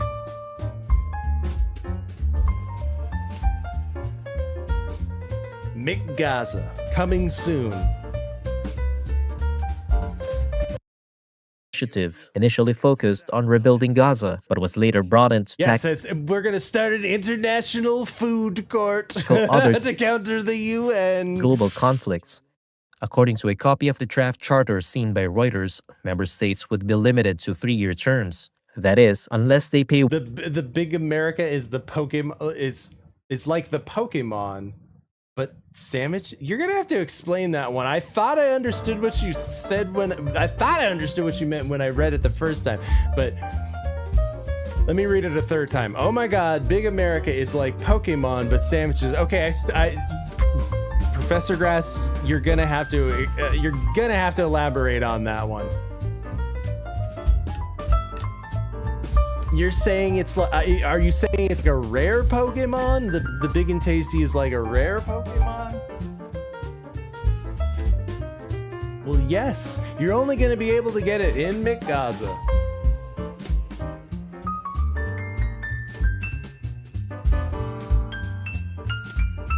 Bulletproof children's play places for the children of Gaza to play in.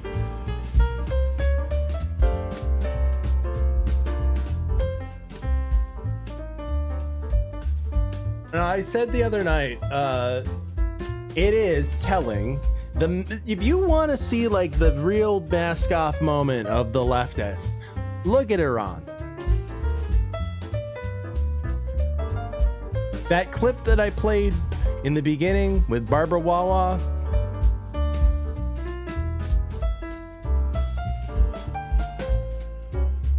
Like, they've always hated the media, the liberal media has always hated the Shah because of the whole, anti-communist leanings. So they've always hated him. He's a monarch. They've always hated him. And they support the social progressive Islamists, and they don't want to walk that back. Jimmy Carter's CIA put the Ayatollah into power. They don't want to walk that back. They don't want you to know anything about any of this. No. Go burn down police stations because a retarded lesbian who had cancer got shot in her minivan. Don't look at all of these dozens, hundreds, possibly thousands of people being killed by the Islamist regime who are protesting. Don't look at that. Nah. Don't look at that. Because that's the narrative we don't want you to, focus on. It kind of exposes what we're all about. Guys, how long have I talked about red-green alliances? How long have I said, guys, that's a thing. That's the thing. That's the unholy alliances throwing the pico de gallo and the salsa verde on the burrito together. The unholy alliance of the commie reds and the Islamist greens. That's been going on forever. It's been a forever thing. It's not a new trend. How long have I been talking about that and saying, guys, keep your eyes peeled because it's a thing. All these lefties who are carrying water for these Islamists. Why these feminists? Why are these feminists why they should care about Iran, right? They've got women out here who are fighting for their right not to be shot in the head for wearing a hijab or smoking in public. Like, that's it. They're fighting for their right as a woman to go out without shit on your head.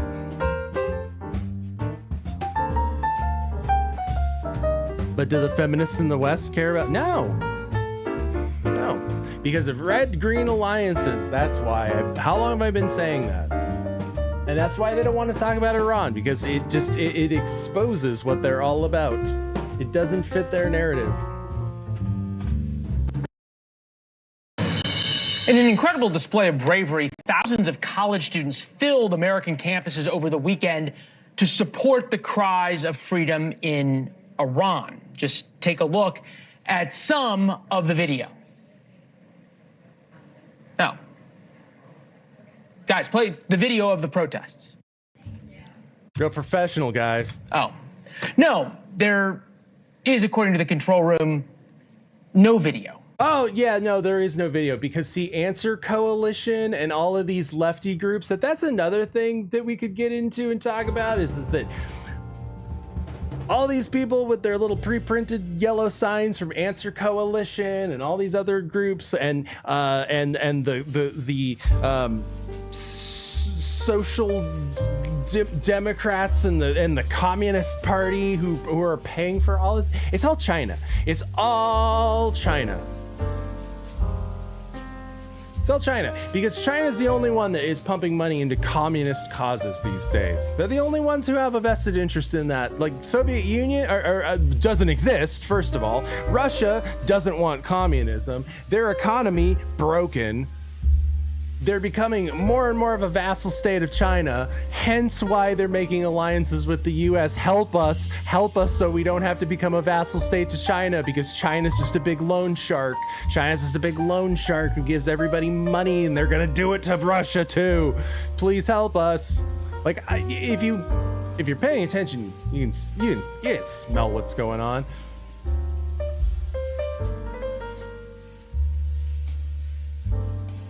And Answer Coalition and all these like pro-Palestine, they don't give a shit. They don't give a shit about what's going on in Iran, because they want a socialist Islamic regime.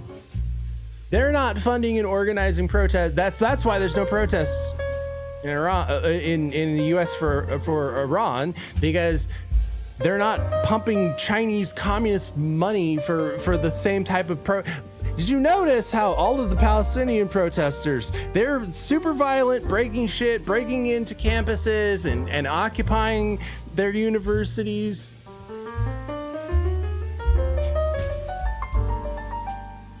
Do you see people doing that for Iran? No.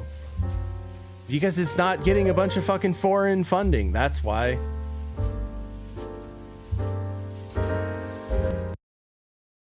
We don't have any video because it never happened. What we do have is all those college protests that came after the October 7th massacre in Israel. Thousands of protesters took to their campuses, beat people up, took over buildings to condemn the Israeli government. But now, as the Iranian regime kills their own citizens fighting for freedom, those same college students and feminists are totally silent. They may be mourning the idea of the Iranian uprising, and it is because of something called the Red-Green Alliance. Franny Block, reporter for the Free Press, been looking into this and joins us now. This is the idea, right, that the socialist neo-Marxist movement in the world and the expansionist Islam movement in the world is joining, and that really is what sort of this tension always has been comes from, and these protests come from, not something about Gazan civilians. Seems obvious. What is the proof of that now? Well, I think the best proof of this, if you just look at college campuses over the past few years, in the wake of the October 7th massacre in Israel, you were seeing college students waving Hezbollah flags, praising Yahya Sinwar. These are students who claimed to be standing up for social justice, and yet they were supporting some of the worst terrorist organizations and worst terrorist leaders in the world. And I think part of that is that over the last few years, even decade, you've seen the prevalence of this narrative to view the world, to view it through the eyes of the oppressor and the oppressed. And in this very kind of simple narrative, a country like Israel is the oppressor and Gazan civilians are viewed as the oppressed. But this expands to Muslims all over the world, and it is perceived through this very simple structure that Muslims who are fighting against oppressors like the Israelis, for example, in air quotes. They can't make sense of it, because their narrative is that the Muslims are the oppressed throughout the world. So they can't envision what it looks like when the Muslims are the oppressor against Persians who are white people, which is another reason that they don't want you to fucking care about this, because like I keep trying to tell you, it's about race. Like they want to stamp out Persian culture because it's part of white culture. they are fighting against they're somehow an evil virtuous. force. Yeah, right. But and you can kind of see that through the oppressor worldview lens. Maybe wrong and screwed up, but it is there. You then translate that to, you have the greatest feminist revolution in history, which would be rising up against the Iranian regime that treats women as property and beats or kills women when they don't wear hijabs. And yet the feminists in America, which they didn't even do like 50 years ago, are totally silent about it. And that's where I can't figure out how. Like, imagine how much they'd lose their shit if Donald Trump like enacted a hijab, like a mandatory headscarf. That they'd lose their shit. But this happened within their lifetime or their parents' lifetime, and they don't care. Oh, that becomes the narrative. Well, why are people silent? Because this oppressor-oppressed narrative that has become so prevalent, that has become the foundation of how so many of these activist groups view the world and view what's going on in the world, it doesn't work here. And so that is why I think you don't see people flooding the streets trying to support those who are risking their lives to fight for freedom in Iran. It's because this very simple worldview, it doesn't work. It messes with the worldview. It actually brings a lot of it into question. P-Flat says with a non-Islamic Iran, we might see some pretty little women visit the great Satan, or we could go there, P-Flat. We could hop on a plane and we could go visit. Hopefully they'll rename it Persia, and we can go have a Persian paradise, and we can go fly on Air Persia. And because of that, I think you're seeing a lot of people just ignore it. And it's a magic carpet instead. So when the worldview breaks down, or when the events of the world, which is people risking their lives to stand up to the Ayatollah, when that breaks the worldview, then their worldview of the oppressed oppressor is more important than actually standing up for the oppressed.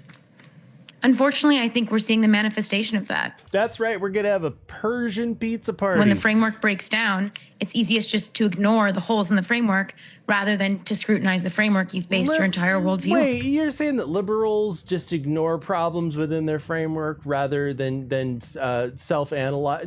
That doesn't sound like what they do.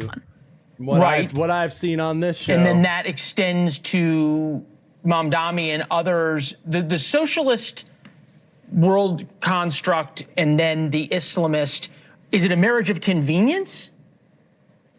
It's a great question. I think in some ways you can talk to people who say it's actually been a deliberate marriage. It's been a years-long No, it's been going on for decades. Effort to try to infuse Islamist ideology into hyper-progressive ideology as well. And so some people would say this didn't just happen by chance. But guys, what have I said before about the China, the CCP, that Mao and the Soviets created the Palestinian nationalist movement? It was very deliberate, and it's been happening for decades. It's been going on for decades. Well, and no better example of that than the United Kingdom, right? Where the Labour Party just vetoed a law that made you not be able to marry your cousin because the Islamists didn't like it. Fran? Yeah, as a result of all of this wonderful culture that we're importing, we get to have things like that. They were importing their own culture long way back when. See, it's always been that way, guys. Thank you very much. We'll talk to you soon. Thanks for having me. Yeah, it's always been that way, guys. How long have I talked about red and green alliances? I had another video here, but I'll save it for next week. I can push it to next week. We need to talk about China.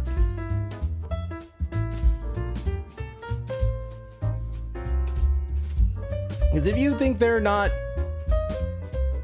pumping money into some of these leftist causes and some of these leftist protests, pretty weird, huh? How like the Somalis were getting all of this fraud money in Minneapolis, and then here comes all these protests from like Answer Coalition.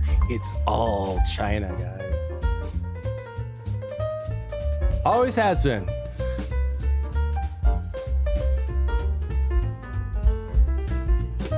They want us all eating out of a trough like pigs.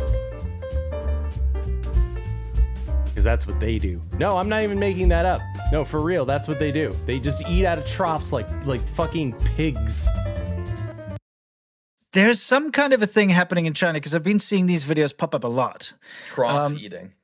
Yeah, where it's kind of like chic to go and eat out of a pig trough. Oh, yeah, that's something that China would come up with, yeah. I'm not even making that up. I'm not making that. Oh, you read the boy pissing it first. It's a good You can see, look, this like fairly well prepared. There's an actual pig trough that's and people are sitting around. Look, it's been made all nice. In like a nice restaurant. You just stuff your face. There's different levels. It's like, dude, here, eat out of a trough. I don't know about you, but like. Also, look at this delicious Chinese cuisine. Yum. Have you seen those videos where they just take where they film people taking shit out of the garbage and throwing it into a hot pot? It looks like that. You can see. It's like, dude, here, eat out of a trough. P-Flash says, I tried telling people Antifa was working with China and that China was using them as proxies to destabilize the U.S. the same way we do with other. Absolutely. Abso-fucking-lutely. Because China are the only ones pumping money into like communism. Communism. They're the only ones. Soviet Union doesn't exist anymore. Russia doesn't give a shit about that. Like they have no interest. Israel has no interest in that. Russia has no interest. The only people who have interest in pumping up communism is China.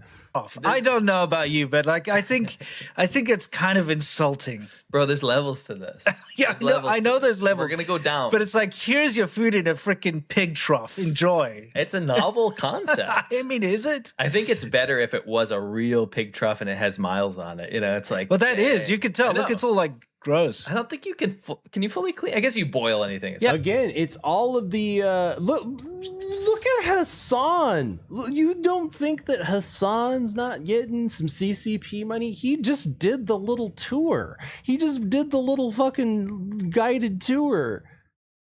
Like, dude, Hassan is getting CCP money. I guarantee you. I mean, it doesn't have the bacteria, but it's still got all the wear on it, you know, from the pigs. Yeah. Yeah. Anyway, so pig trough chic is a thing. And see, I told you there's levels to this. There are levels to this. Actual pigsties have been converted into rural restaurants. Cool. So just go sit in the pigsty and just go, oh, you can shit anywhere you want too. It's cool. Like you just live like a pig, eat like a pig. Cool. Awesome. China is so fucking cool.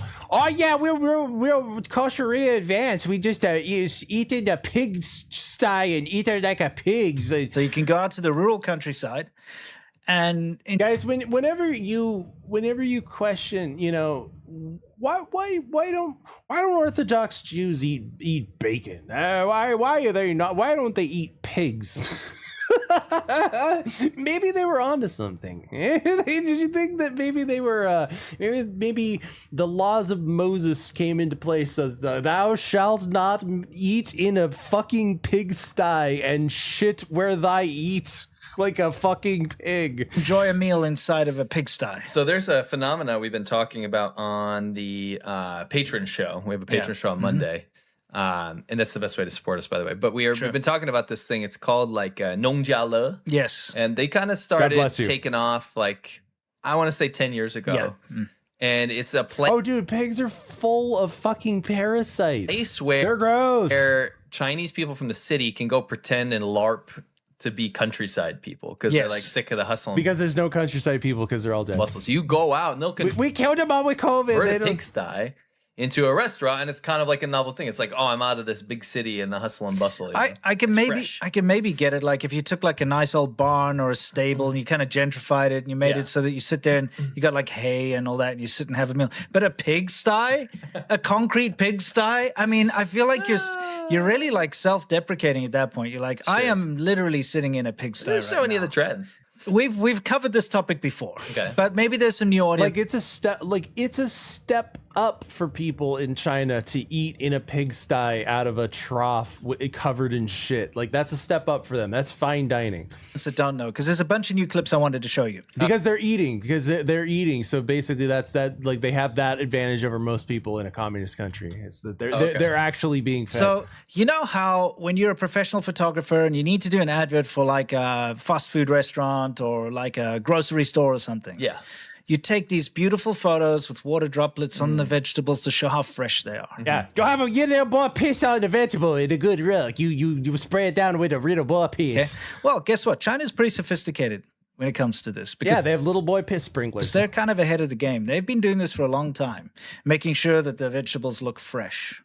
Yeah. Okay. Okay, I think I know what you're getting at. Yeah. So just the little boy piss. A couple of examples here. You know, you sprinkle. You know, oh, it looks so wonderful, so fresh, little water droplets everywhere. Fresh like a Xinjiang apple. Yeah, exactly. Well, this is what's going on in China to achieve the same effect. Oh. Why are they gonna spin it? It's easier. Sprinkle it. Yeah, it takes less effort. You can't even just like pour some out like into your hand and just no. You got to do it the nastiest, most degenerate, cool culture, China. So fresh. Yeah, so just so you know, that's how they keep it. That's how you know it's fresh, is when the old toothless lady spits on it. So, and look, I'll be honest with you. Buying produce from a wet market or wherever in China is so And doesn't a wet market sound so delightful? You don't know where it's. I know. I want my markets to be because you know, like we used to do it all the time. Our wives used to do it. We used to do it when we were in China. Is, you know, you can either go to a big chain supermarket and I don't know, maybe you're kind of okay buying stuff that you don't really know where it comes from, but not produce. Yeah, but usually in your little area, everyone's little Shaochu, the little neighborhood, there'll be a wet market. You know, that's where the Wuhan virus spread from and stuff, is a wet market, right? Because it all went spread there. from. Yeah, spread from. That's not where it came from. That's where it spread. It's because everyone goes there every day to buy their fresh produce. So you go there and you're buying your fresh, you're looking at the vegetables, the meat, you like, pick it up. Oh, I want this, I want that. But you don't know where it comes from. It could be grown in a radioactive waste dump around the corner. It could be ground up Muslim kids. Just don't know. Yeah. And you just don't know in China. You know, it's ground up Muslim kids. They use all these other like weird practices to make it look greener. They'll like dye. But Spirit, if they're grinding up Muslim kids, then like why are they supporting the Palestinians? I like I said, Mahmoud Abbas goes over to China just months before October 7th. And he's like, oh, yeah, I checked everything out. It's pretty cool. They're not genociding Muslims, guys. I thoroughly did the tour, the same tour Hassan Piker took, and I am convinced that they are not genociding Muslims and grinding them up into a fine paste to then sell as protein. But I'm pretty sure they're not doing that. And to prove it, they gave me a big fat check and a bunch of weapons and some Temu gliders, and I've probably already said too much. You know, they'll inject the meat with water to make it bigger. There's always scandals all the time. Yeah, the spitting on the stuff to make it look fresh. So it's just kind of gross. Yeah. No, it's not kind of gross. It's fucking gross. You know, truly. Yeah. Truly. Now, this is pretty ingenious, though. Well, this is something we covered a little while ago, but it's happening a lot more. I think people are getting inspired from the clips. Yes. So when you buy vegetables or meat or anything, they're going to weigh it. Yes. And that weight is going to be how much you pay. Correct. So some of the older lost generation, as they're called, just like if you're a fat person in China, like you get paid more because you can ground up into more paste, more corpse starch paste. That kind of grew up under Mao. They don't like to waste money. Soylent Green is his piss boy. No, you're not going to waste money if you don't have to. So what they're doing is biting the rind / the stems off of vegetables, like the bits that you're not going to eat anyway. Yeah, the parts that you're not going to eat to make it weigh less. Yeah, you can take a look. They're like breaking it off, biting it off. Like that's dead weight. Yeah, I don't need to pay that like 0.01 cents. It's gonna be. She's even weighing it, like, you know, it's got a little scale. It's gonna be so negligible. Yeah, it will literally be 0.0 cents. Yes, it will. Yeah, but it is becoming a thing. Well, we all know. Which country has the most fucked up food? Well, I think I heard in Africa they eat poop. Wow. You know, Ron, I'm as racist as the next guy from this time, but that couldn't possibly be true. Yet no, absolutely. The second it came out of my mouth, I thought, that's a lot. The answer is China, but it's not about the pig's blood or fried bugs or whatever you're probably thinking of. Do you know about virgin boy eggs? No, but I love gossiping about other races. I swear to God, this isn't a joke. Chinese people boil eggs in little boy piss. Jesus Christ. Shells cracked. God. I think they might be aliens. I'm sorry, but I can imagine one lunatic boiling an egg in child piss, but for it to catch on at scale, that's aliens. I come from the planet of China, where girl babies are bad luck, and boy piss is for lunch. I love being Chinese. All heard of Kim Il-sung. Oh my God. Ron, you really are racist. I mean, that's a Japanese voice, and Kim is fucking Korean. Well, what's the difference? Oh, it's too complicated to explain right now. You'll understand when you're president. Huh? You know what's funny, though? That just reminded me. I don't know why, but it reminded me. I was making myself laugh with this the other day. Here's my impression of a black guy in 50 years. Hey, man, you can't be getting butt-ass naked in your car parked in front of my house, bruh. Are you crazy, man? I got kids in here. We on the first floor. My kid look out the window, see your balls, man? Nah, don't do it again, bruh. I'm serious. I'll call the police, man. I got a picture of you on my phone. You know, I laughed, but I'm not sure I understand. No, and how could you?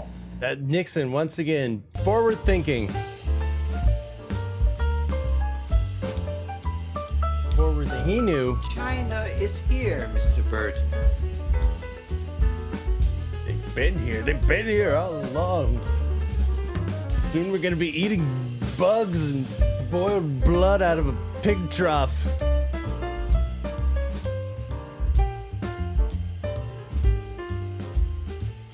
No, it really does never get old. You know what they say. There's an old Vulcan proverb. Only Nixon could go to China. And when has Mr. Spork ever lied to us?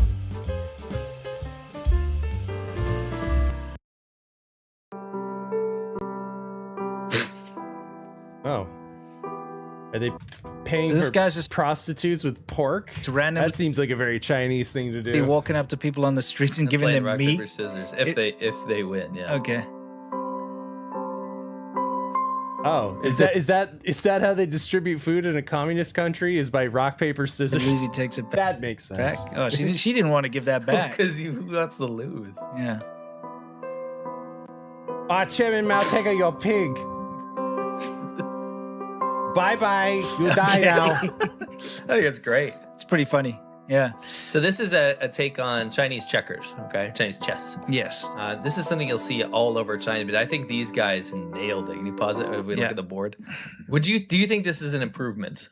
Definitely. Because if you lose your drink, obviously, if you lose a piece. So yeah, if you're listening, they got a chessboard out, and instead of chess pieces, they have basically little cups of baijiu, which is China's liquor. So the goal is to lose. You're supposed to drink yourself to death because life is horrible because you live in China. Yes, that's the true win. Made out of sorghum, it tastes awful. The winner is you. You died of alcohol poisoning. It's very strong. You don't It's have like to live in China anymore. Paint stripper. Yeah. Hello, Netvoid. Some of it's up to like Thank you for joining 70% us. alcohol. Yeah. It must be very late where you are. Usually it's sitting around about 58% for the lower Yes, ones. yeah. That's kind of like your par for the course, Yeah. right? What do you say in proof? That'll be what? Like You just double. Netvoid, you should be thankful that you live in a country that for now has a little bit of freedom.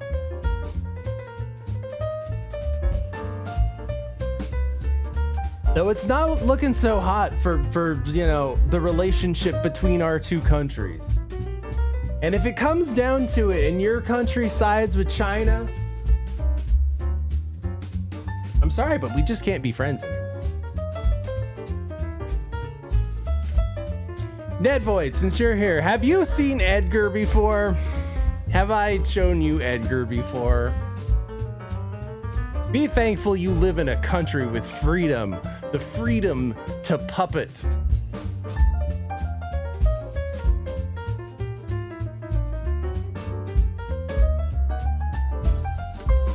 Maybe the real protests were the puppets we met along the way.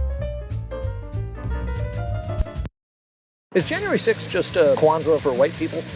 This is my future ex-wife here! It's really thrilling! No, it's not a live show. It'll be edited afterwards to make me look awesome. Man, I'm sorry. Why can't we ever be friends? I'm sorry, Puppet Man. I can't be friends with fascist puppets.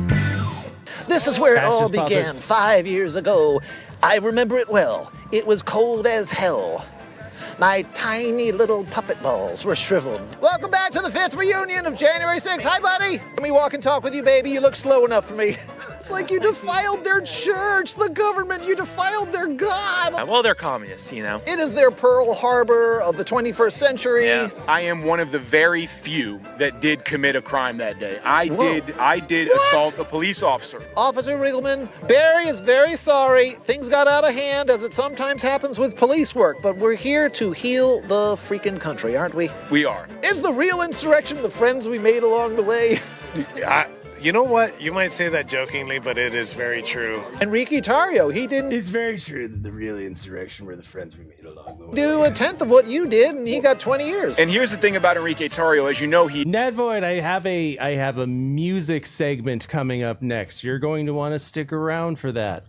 he is a Cuban, and he's on Cuban time, and he Cuban time. We all know what that means. maximizes Cuban time because he didn't even have the audacity to show up to his own. Cuba's next, guys. And what have I told you? What have I said before about JFK deserved a bullet in his skull for not letting the CIA just gangbang Cuba back in the 60s? We could have been over and done with, and we wouldn't have to be going and doing it now. Yeah, well, I walked through the building. I was in there 12 minutes and 40-something seconds. 4 misdemeanors.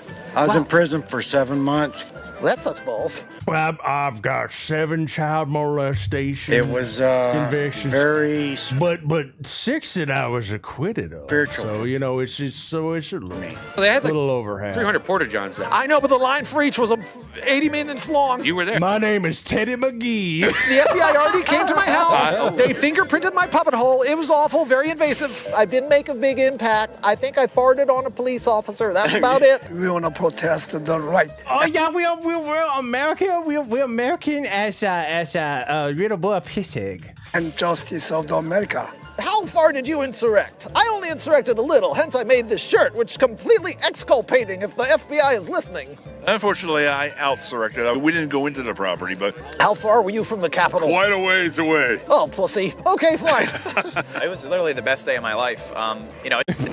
Wow, you've really lived a full life fulfilled. Led to not the best days of my life for a while, but it did feel so, like, you know, you had people from you even had people from other countries here showing support for our country. They were cold. Oh yeah, I'm from America. And it was really one of sad day. Beautiful, biggest family reunion I'd ever been to. How long were you in jail, baby? 57 months. Damn it, what's your name? Never mind, you don't have to say shit. It was a trap set by a government, and I wasn't smart enough to see. Well, we see the PSYOP now with 20/20 vision now, don't we? I mean, I did. It was fun. I did. Why didn't you? Get the geese! Get the geese! Geese! Ah! Canadian geese, fuck off! Fuck off! This is America's day! See, China's gonna invade us with Canadian geese. It's our weak spot. Wait.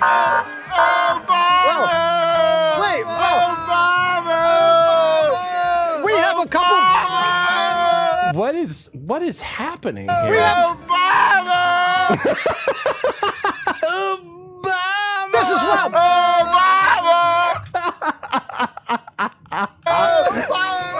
I wasn't expecting this. We have a couple of Obama twinks here. Obama twinks. I wasn't expecting Obama. Really twinks. thrilling. They're like Kind of like Mormon protesters. They're just real nice, but loud. Richie McGinnis, who I will not call him a J6er, but he was a reporter. I was pepper sprayed many times. Now, without incriminating yourself, what were you doing? I was a reporter on the ground. You were There's nothing criminal about that. You were one of them assholes. Okay, fine. Get out of the way. A lot of press. Angry, too. I work for ABC News in Australia. Are you on Instagram? Is this like a live show? No, it's not a live show. It'll be edited afterwards to make me look awesome. Sir, you are both French and a journalist. What's it like being a two-time loser? I thought you were nicer than that. No, we're not nice. We're Americans, damn it. Trump's second term is way more action-packed than any term he could have won in 2020. Luke Skywalker had to get his hand chopped off in Empire Strikes Back to return as the badass in the third and last good Star Wars movie. And all Trump gave was a little piece of his ear. God bless him. I am here to pay tribute to Ashley Babbitt and her cold-blooded murder inside the Capitol building. For old time's sake, can I get a billy club to the head? Just like, conk. What is it like being the first Caucasian graduate of Jasmine Crockett Beauty School? Come back, you bitch! You stole my painting! You stole my painting! Give it up! I'm glad you brought your friend Silent Bob. Do liberals hate January? You stole my painting! Give it up! I'm glad Kevin Smith. You brought your friend Silent Bob. Do liberals hate January 6th because it was the largest piece of performance art ever and they had nothing to do with it and they're jealous? Well, guys, you're a medical doctor. Okay, one last question. Yeah. What's the difference between an insurrection You're a child sex offender, I assume. and a regular erection? You need testosterone for both. Yeah, also, spot the Fed, guys. What's the difference between an insurrection and a regular erection?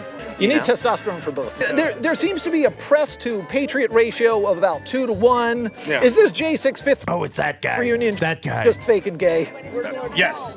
Was January 6th fake and gay? It definitely was fake, and I know there were some gay people there. I've known them. Yeah, I'm one of them. Yeah, I was there, man. Yeah, there were some. I never feel alive as alive as when a man. Are you going to the after party of the Moose Heaven after party? There's going to be a Moose Heaven after party, just so you know. Find me, buddy. Oh, God. Never had that, and I don't ever anticipate trying it. All right. Well, if you ever want to travel to Turkey, let me know. Well, We're all a little bit gay on January 6th. My name's Kentucky. So, Kentucky, you've lost me. What state are you from? When Trump's forces took over Venezuela, how far did they have to move the podium for that to take effect? I hear you pick up the lectern, you move it, you drop it, you win. On January 6, 2021, some people got shot, some people got beaten, but that happens every day in D.C. Yes. Were the liberals just upset because it was Whitey doing this shit? We're wondering when that little midget with a megaphone, Patricia Aguino, is going to come stalking you. Do you think that'll happen in the march? Yeah, well, today she was put in handcuffs this morning. What? Kamish, you gotta get free. You can be a national treasure and a f***ing pain in the ass. It's the dichotomy of man. Yeah. Dichotomy?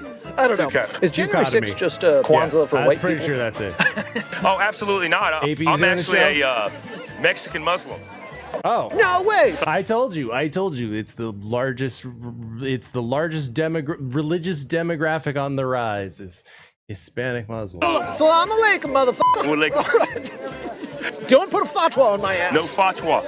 But before you go over to AP, I do have a fun music segment coming up in a minute. Civil War? No, a big mighty pillow fight, yeah. Are we all marching to the Capitol again? We're going to the Capitol again. Wait, are we going to do it peacefully or the old way? We're doing it peacefully like we did last time. How long have you... Okay, these dudes kind of rule. They've kind of, you know what? You kind of got me on your side, buddy. Obama. How long have you been? Obama. Of all the like the science to take right now, Obama. Obama. That's the best. That's what you say. One more time. Obama. You bitch. Shit, how did I get it? Obama. There's nothing wrong. He was our first gay president. Oh, sorry, bro. I don't speak English. I speak Spanish. Oh, you write English pretty goodly, though. Oh, Obama! It's the commissioner. I love her. She's a national treasure. Fuck you, bitch. Fight the power, Patricia! Never. You get That's King Nuben. This is my future ex-wife here. Do not insult my future ex-wife over there. Patricia, take your Midol, you bitch. How do you say join the Blue Crew and help support my channel. Rejoignez l'équipe bleue et Go to the Mokro, go to the buymeacoffee.com/mo7. Join the Blue says exclusive members only content, like this funky January 6th music video. And if you upgrade to True Blue level, I'm going to have to redo my opinion about Buffalo French people. Yeah, exactly. I apologize humbly. Okay. Okay, I Do you accept wanna- your apologies. Are we going to make out now? Let me just get one picture of you Hurry guys, up, if you don't Boomer. mind. Busy. I know I'm busy. you're I'm busy. as hell. People to be and Oh, places boy. to do. Is this your camera lady, by the way? That is my camera lady. You're not She's allowed to mac at her. fantastic. She's at She's work. fantastic. She's at work. Do not hit on my camera. Yeah. Do not succumb to his wily old man advances. job, I'm sure. He's a boomer, but he's got mad skills. Don't you count him out romantically. well- Matt and Richie, gay lovers here, getting reacquainted on January 6th. It's not gay if you don't look him in the eyes. Some days I hate you, Richie. Some days I got it. What's the best thing we can do to heal the country? End progressive liberalism and Marxism immediately now. Like, end it. Unfortunately, sir, there is just a huge trove Yeah, of a lot. liberal white girls voting in that shit. What Yeah, you're asking a lot, buddy. are we gonna do? Let's put the genie back in the bottle. Repeal the 19th Amendment for liberal white women. It's very clear. Like, This I don't know does why not are we. seem unifying, sir. I'm not trying to unify. I'm trying to heal the nation. I'm trying to put a genie back in a bottle. What brings you What here is to so this confusing J6 about fifth that? reunion? What brings me here? Hatred for the traitors that killed Capitol Police. Oh yeah, oh yeah. You ain't got shit. You ain't See, it just proves no matter what political aisle you fall on, old people are just angry. They're just angry and political. got shit. You ain't got shit. You ain't got shit.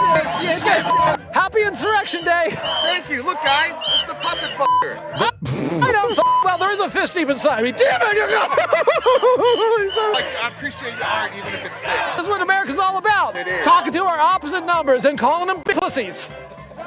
Real quick, isn't it time you bought January 6th or October 7th more? Just like the original J6, the harassment of the Ginger segment of this insurrection must begin. Walk, Ginger, walk to the Capitol, damn it.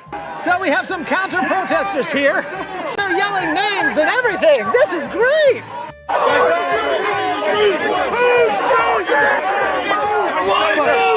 We have the patriots on one side, we have the protesters on another, and we got the popo in between. It is a tense situation. Nazi scum! On our street! Protesters, patriots, and the popo. They're all getting together in that great American tradition, yelling at each other at the At top the of our Pizza lungs Planet. and not making any sense whatsoever. There's nothing more American. Sound and fury, yelled by 1,000 idiots. Nazi scum off our streets. You can't tell me what a Nazi is. Define Nazi, quick, in 3 words or less. When I lose my glasses and I not see anything. Not Trump. Damn it! All right, I'm moving, officer. I'm moving, all right. How would I know? This guy's just some right wing. Gingivitis, I come in good faith. Gingivitis. He's the puppet man, I'm sorry. Why can't we ever be friends? Cavity grape. I'm sorry, puppet man. I can't be friends with fascist puppets. I'm sorry. Oh, look, I'm not shouting over everyone with a megaphone. Well, yeah, that's my God-given That puppet is practically Hitler. right as an American. And God bless you, sir. Got a question. What's the God difference? bless you too. I think that we should have bipartisan compromise on hating pedophiles, right? Yes. So, do you hate Trump then?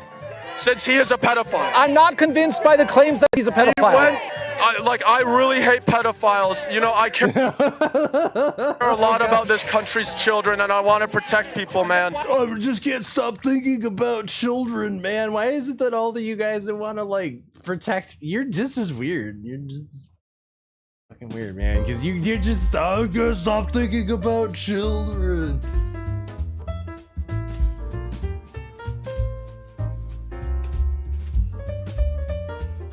But I want to leave on a good note. Thanks for hanging out tonight, guys, in the pursuit of truth. Trust no one. Now, it's been a while since I've had a little bit of an after party, but you're all invited to stick around. Oh, definitely check that guy's phone.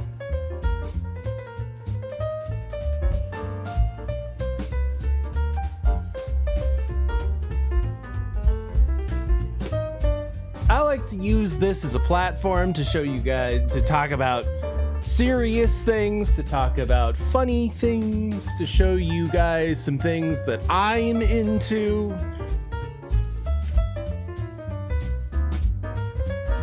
I used to have a very wide taste in music, and as I've gotten older, that taste has gotten more and more selective. So it's always nice when I can show people a band that I really do. You know, those artists, those bands that they feel like they're yours. And there's not many of them for me that feel that way in my old age. And I've never talked about these guys on stream before, and there's kind of a reason for that. It's because I feel like if I was to do them justice, I'd have to do a real deep dive, but I've got something better. We're gonna hang out backstage with the Brian Jonestown Massacre. Get ready to meet your new favorite band. If I had a spirit animal, if Spirit were to have a spirit animal, it'd be Anton Newcomb. My spirit animal is Anton Newcomb. Who's Anton Newcomb?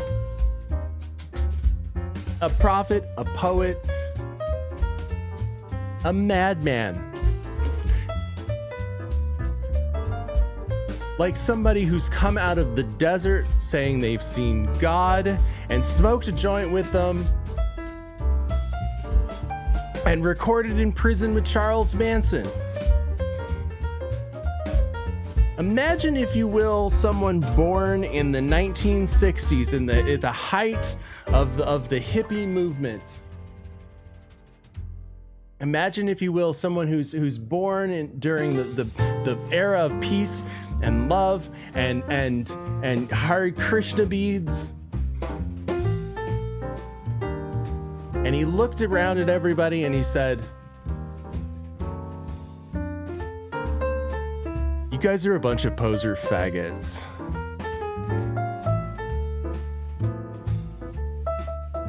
You're all a bunch of poser faggots. Your whole counterculture was manufactured by the CIA as a form of boomer mind control. You're all a bunch of fucking fags. I'm about like love. I'm gonna peace out, yo. You guys are a bunch of poser fags. I'm going into the future where people appreciate my music more. And he did so much. He did so much mescaline that he went into the future and he downloaded like all of the music up until the 1990s, and then he went into the 90s. Like an unfrozen caveman. And he looked around and he said, "You guys are a bunch of poser faggots."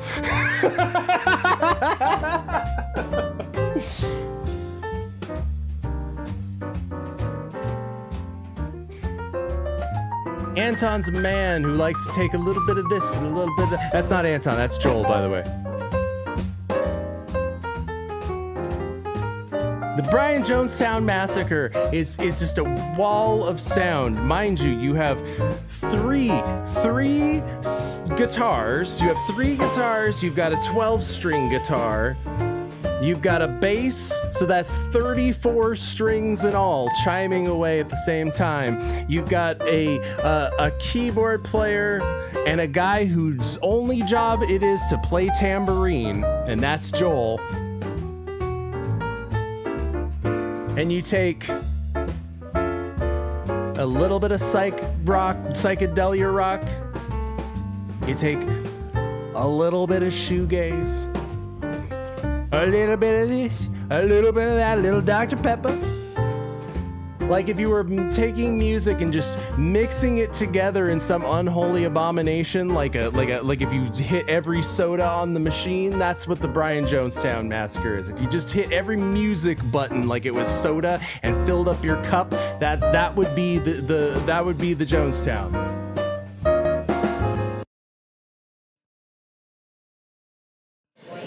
get me a big fat soda.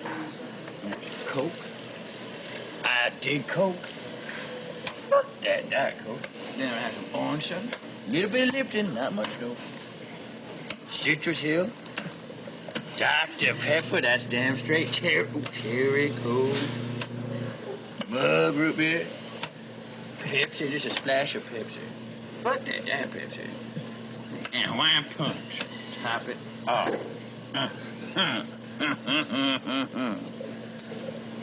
Can't you hear me knocking? Open up the door, because I'm freezing out here, baby.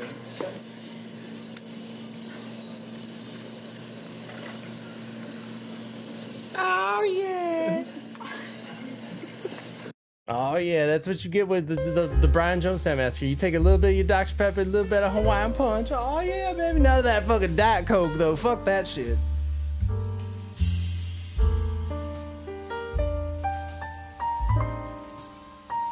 Yes, like an unfrozen caveman lawyer. No, that's Anton. Like an Encino man of sorts. He's a product of another time, and he like I said, he's like Captain America. He froze himself and then formed a musical Avengers of sorts, who then went on to have a completely dysfunctional relationship and fight on stage and all sorts of cool shit, sabotage their own career, and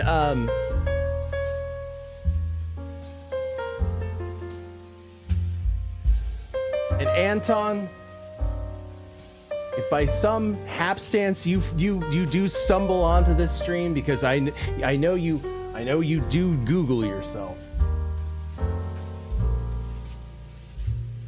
I love you, man. You fucking rule. Fucking rule. Because whatever fucking, 1960s era shit you were born into, and whatever fucking mescaline you took to travel into time, like, you're still ahead of the curve, brother. You're still making music that's like too far out for people's brains to be able to analyze and put into a people like to put their music into genres and boxes. No, we're hitting all of those buttons on the soda machine, baby. So I present to you your favorite new band, the Brian Jonestown Massacre.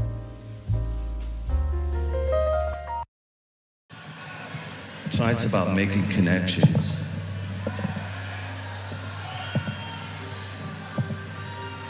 Getting heavy.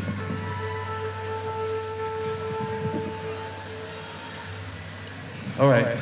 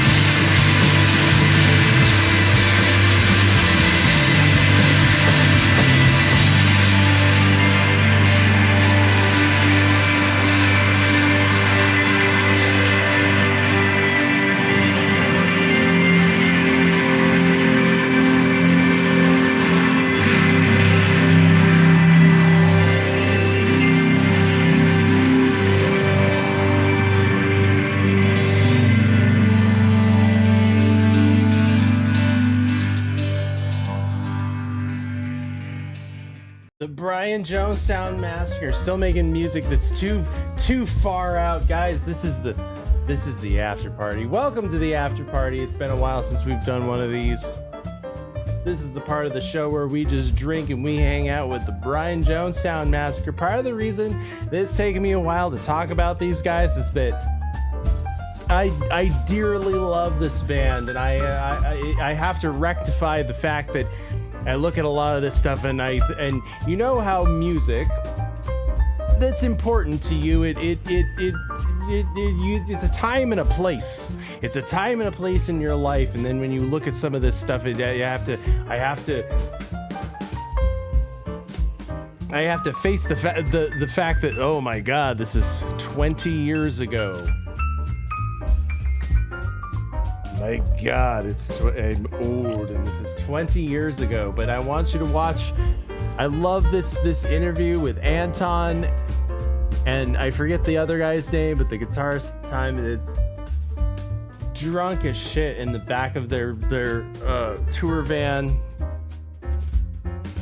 It's one of the, and look 20 years later how all the shit that he said, it all came true. He sounds like a madman 25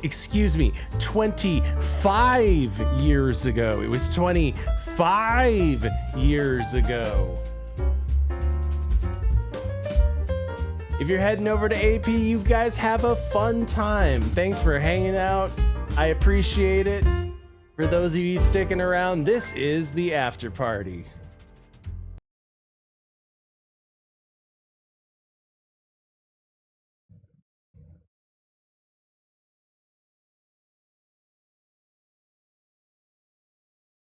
I swear, realsy, it's gonna start in a second. There we go.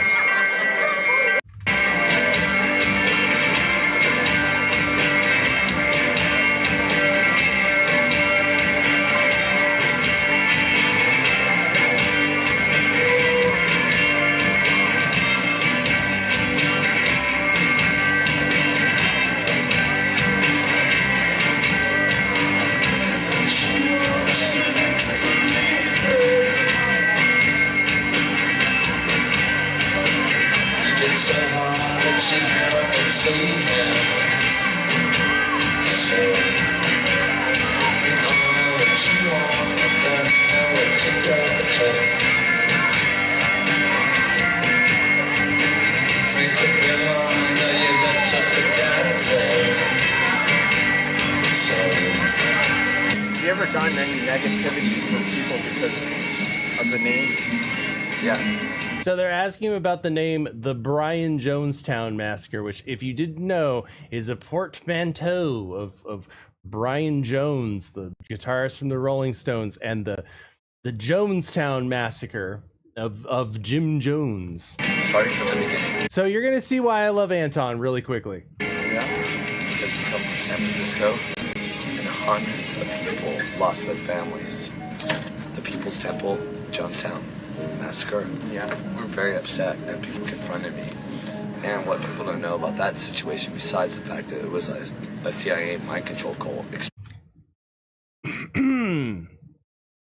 He's absolutely right, and everything he's going to say in this is absolutely correct. What people don't know about that situation, besides the fact that it was a CIA mind control cult experiment, was that the city of San Francisco, and before that, when they were in Eureka, when they started, all those people in that cult worked for the mental hospital. And then they moved to San Francisco, and they let kids, they adopted foster kids. They took all those people, and then families made them sell their things. So a lot of people were upset. But I think their energy was like misdirected at me for being upset, because I just said, oh, these words exist. You don't so hard, you couldn't say them. I've seen the Jonestown a few times in concert, and they regularly put on 3-hour shows.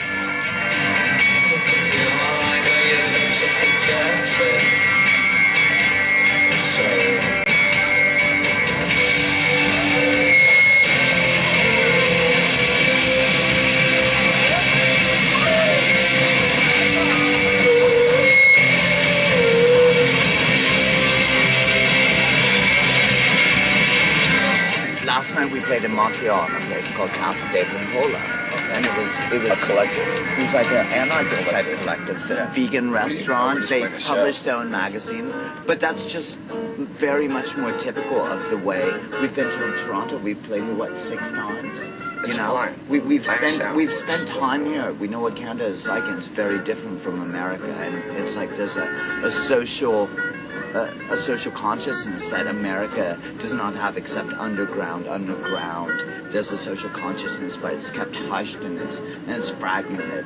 Like here, you know, it's much more the conscience. In America, people don't think, you know, they don't think Bush like steered crack cocaine into the ghettos. But that was planned. This is planned stuff. This is stuff that the government does. Gets the crack cocaine to the black poor neighborhoods by the way. that I live in because I fucking, you know, don't want to work and fucking break all my nails to fucking just have a house. So I live in a poor neighborhood. A simpler way, like the difference to say this is. And an excuse to impose martial law. Say one thing, 1 second. Yes.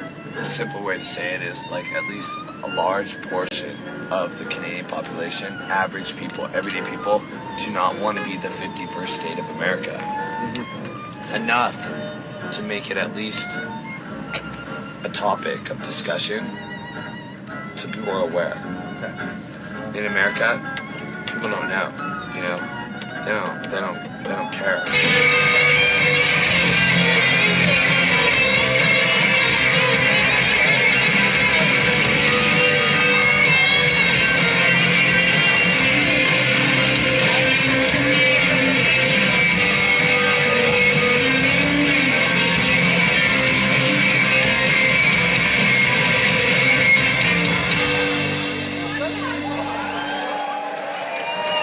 We've been here before, you know, we always played at the El Macombo. I love that place, and I don't know what the fuck is going on with it. I heard they were going to turn it into a parking garage.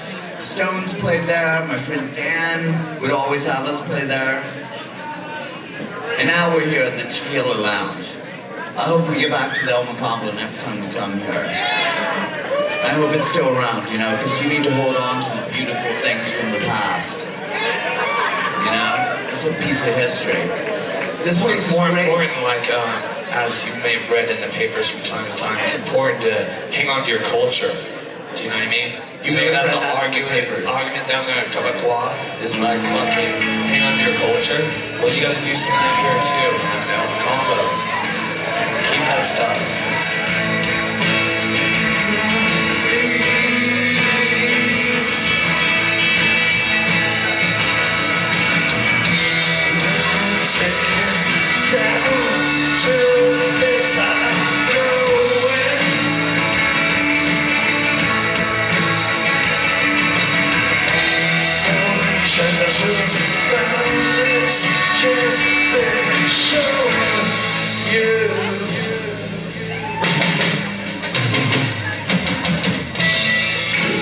In our country, they attack certain things, seemingly typical, the labeling, the parents' advisory about movies, and then they put out worse stuff. But nothing good comes out.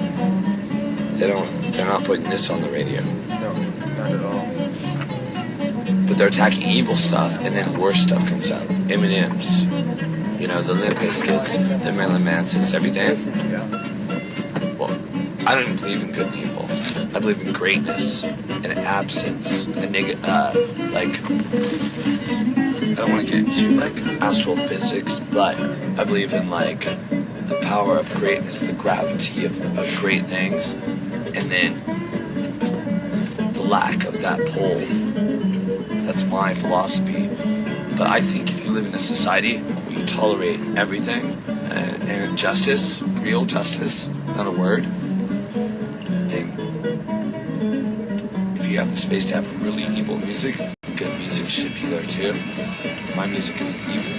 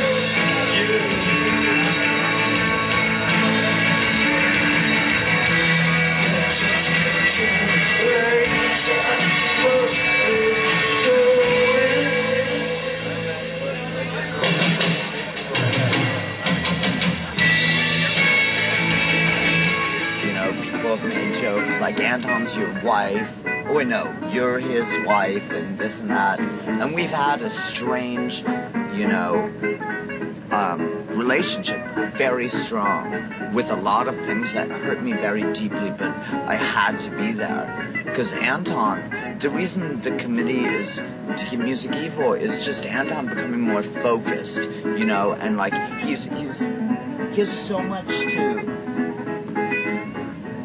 that he wants to express, you know, and ever since I've known him, and he's helped me become more focused in my need to express, you know, helping me fully realize that, wait, the need for expression, the need for expressing something that is you, that people can take and you can put out there, and it's symbolic of who you are. The need to fulfill that is to feed the soul.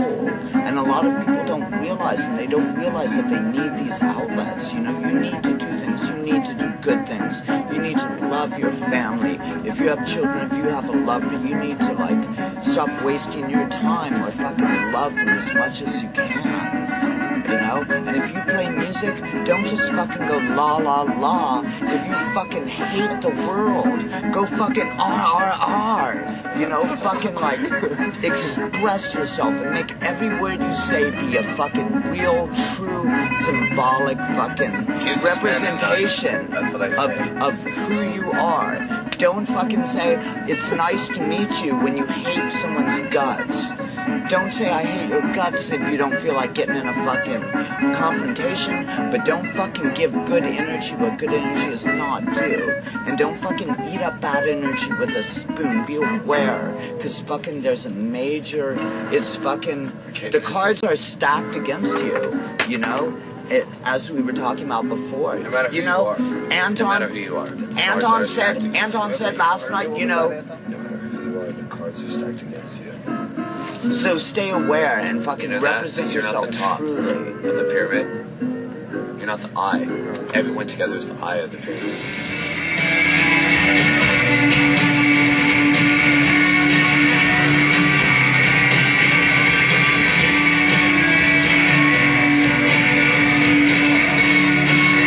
I'm the nicest guy. The meanest guys are coming. And girls. After me, the meanest. They don't have any mercy left.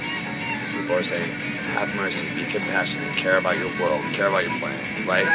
The meaner people are coming. I'm the nice guy. I'm the nice guy that'll go home and go to sleep with a girl, listen to records. The people that are coming are not going to go to home and go to sleep and listen to records. I'm the guy that plays in a rock band and sings love songs. You know, the people that are coming are going to be outraged to the point they'll kill people. You listening? You'll know Are you listening? and go to sleep and listen to records. The people that are coming are not going to go to home and go to sleep and listen to records. I'm the guy that plays in a rock band and sings love songs. You know, the people that are coming are going to be outraged to the point they'll kill people. You'll know them when they go run for your life. They're coming. I think the Bible, every single book has the description of those people.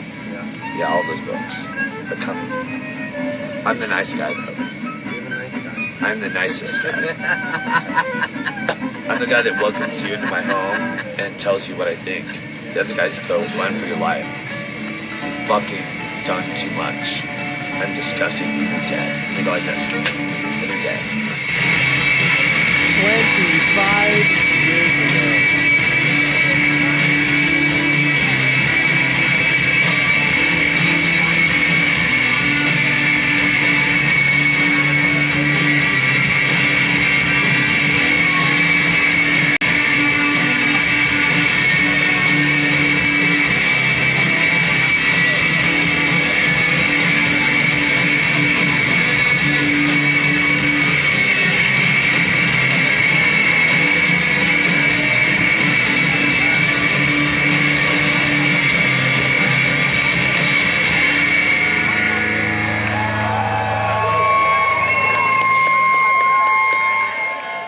"25 years ago, Anton, you were right.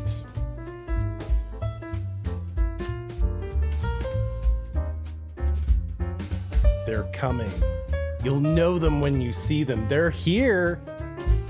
They're gonna be so politically outraged that they're killing people over it.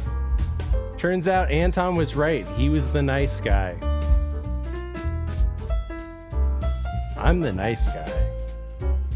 Thanks for hanging out, everybody. Anton, I love you, man. Shine on, you crazy diamond. Good night, everyone.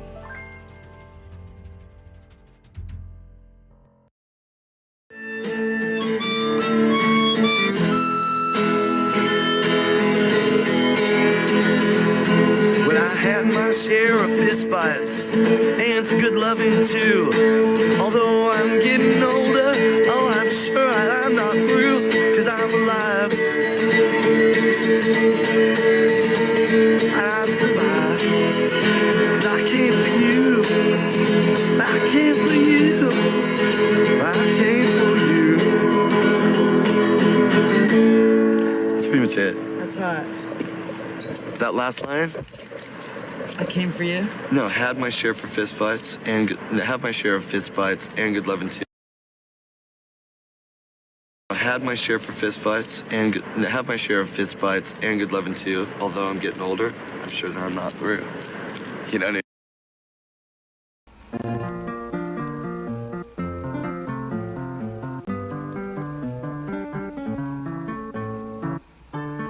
Don't you know another tune?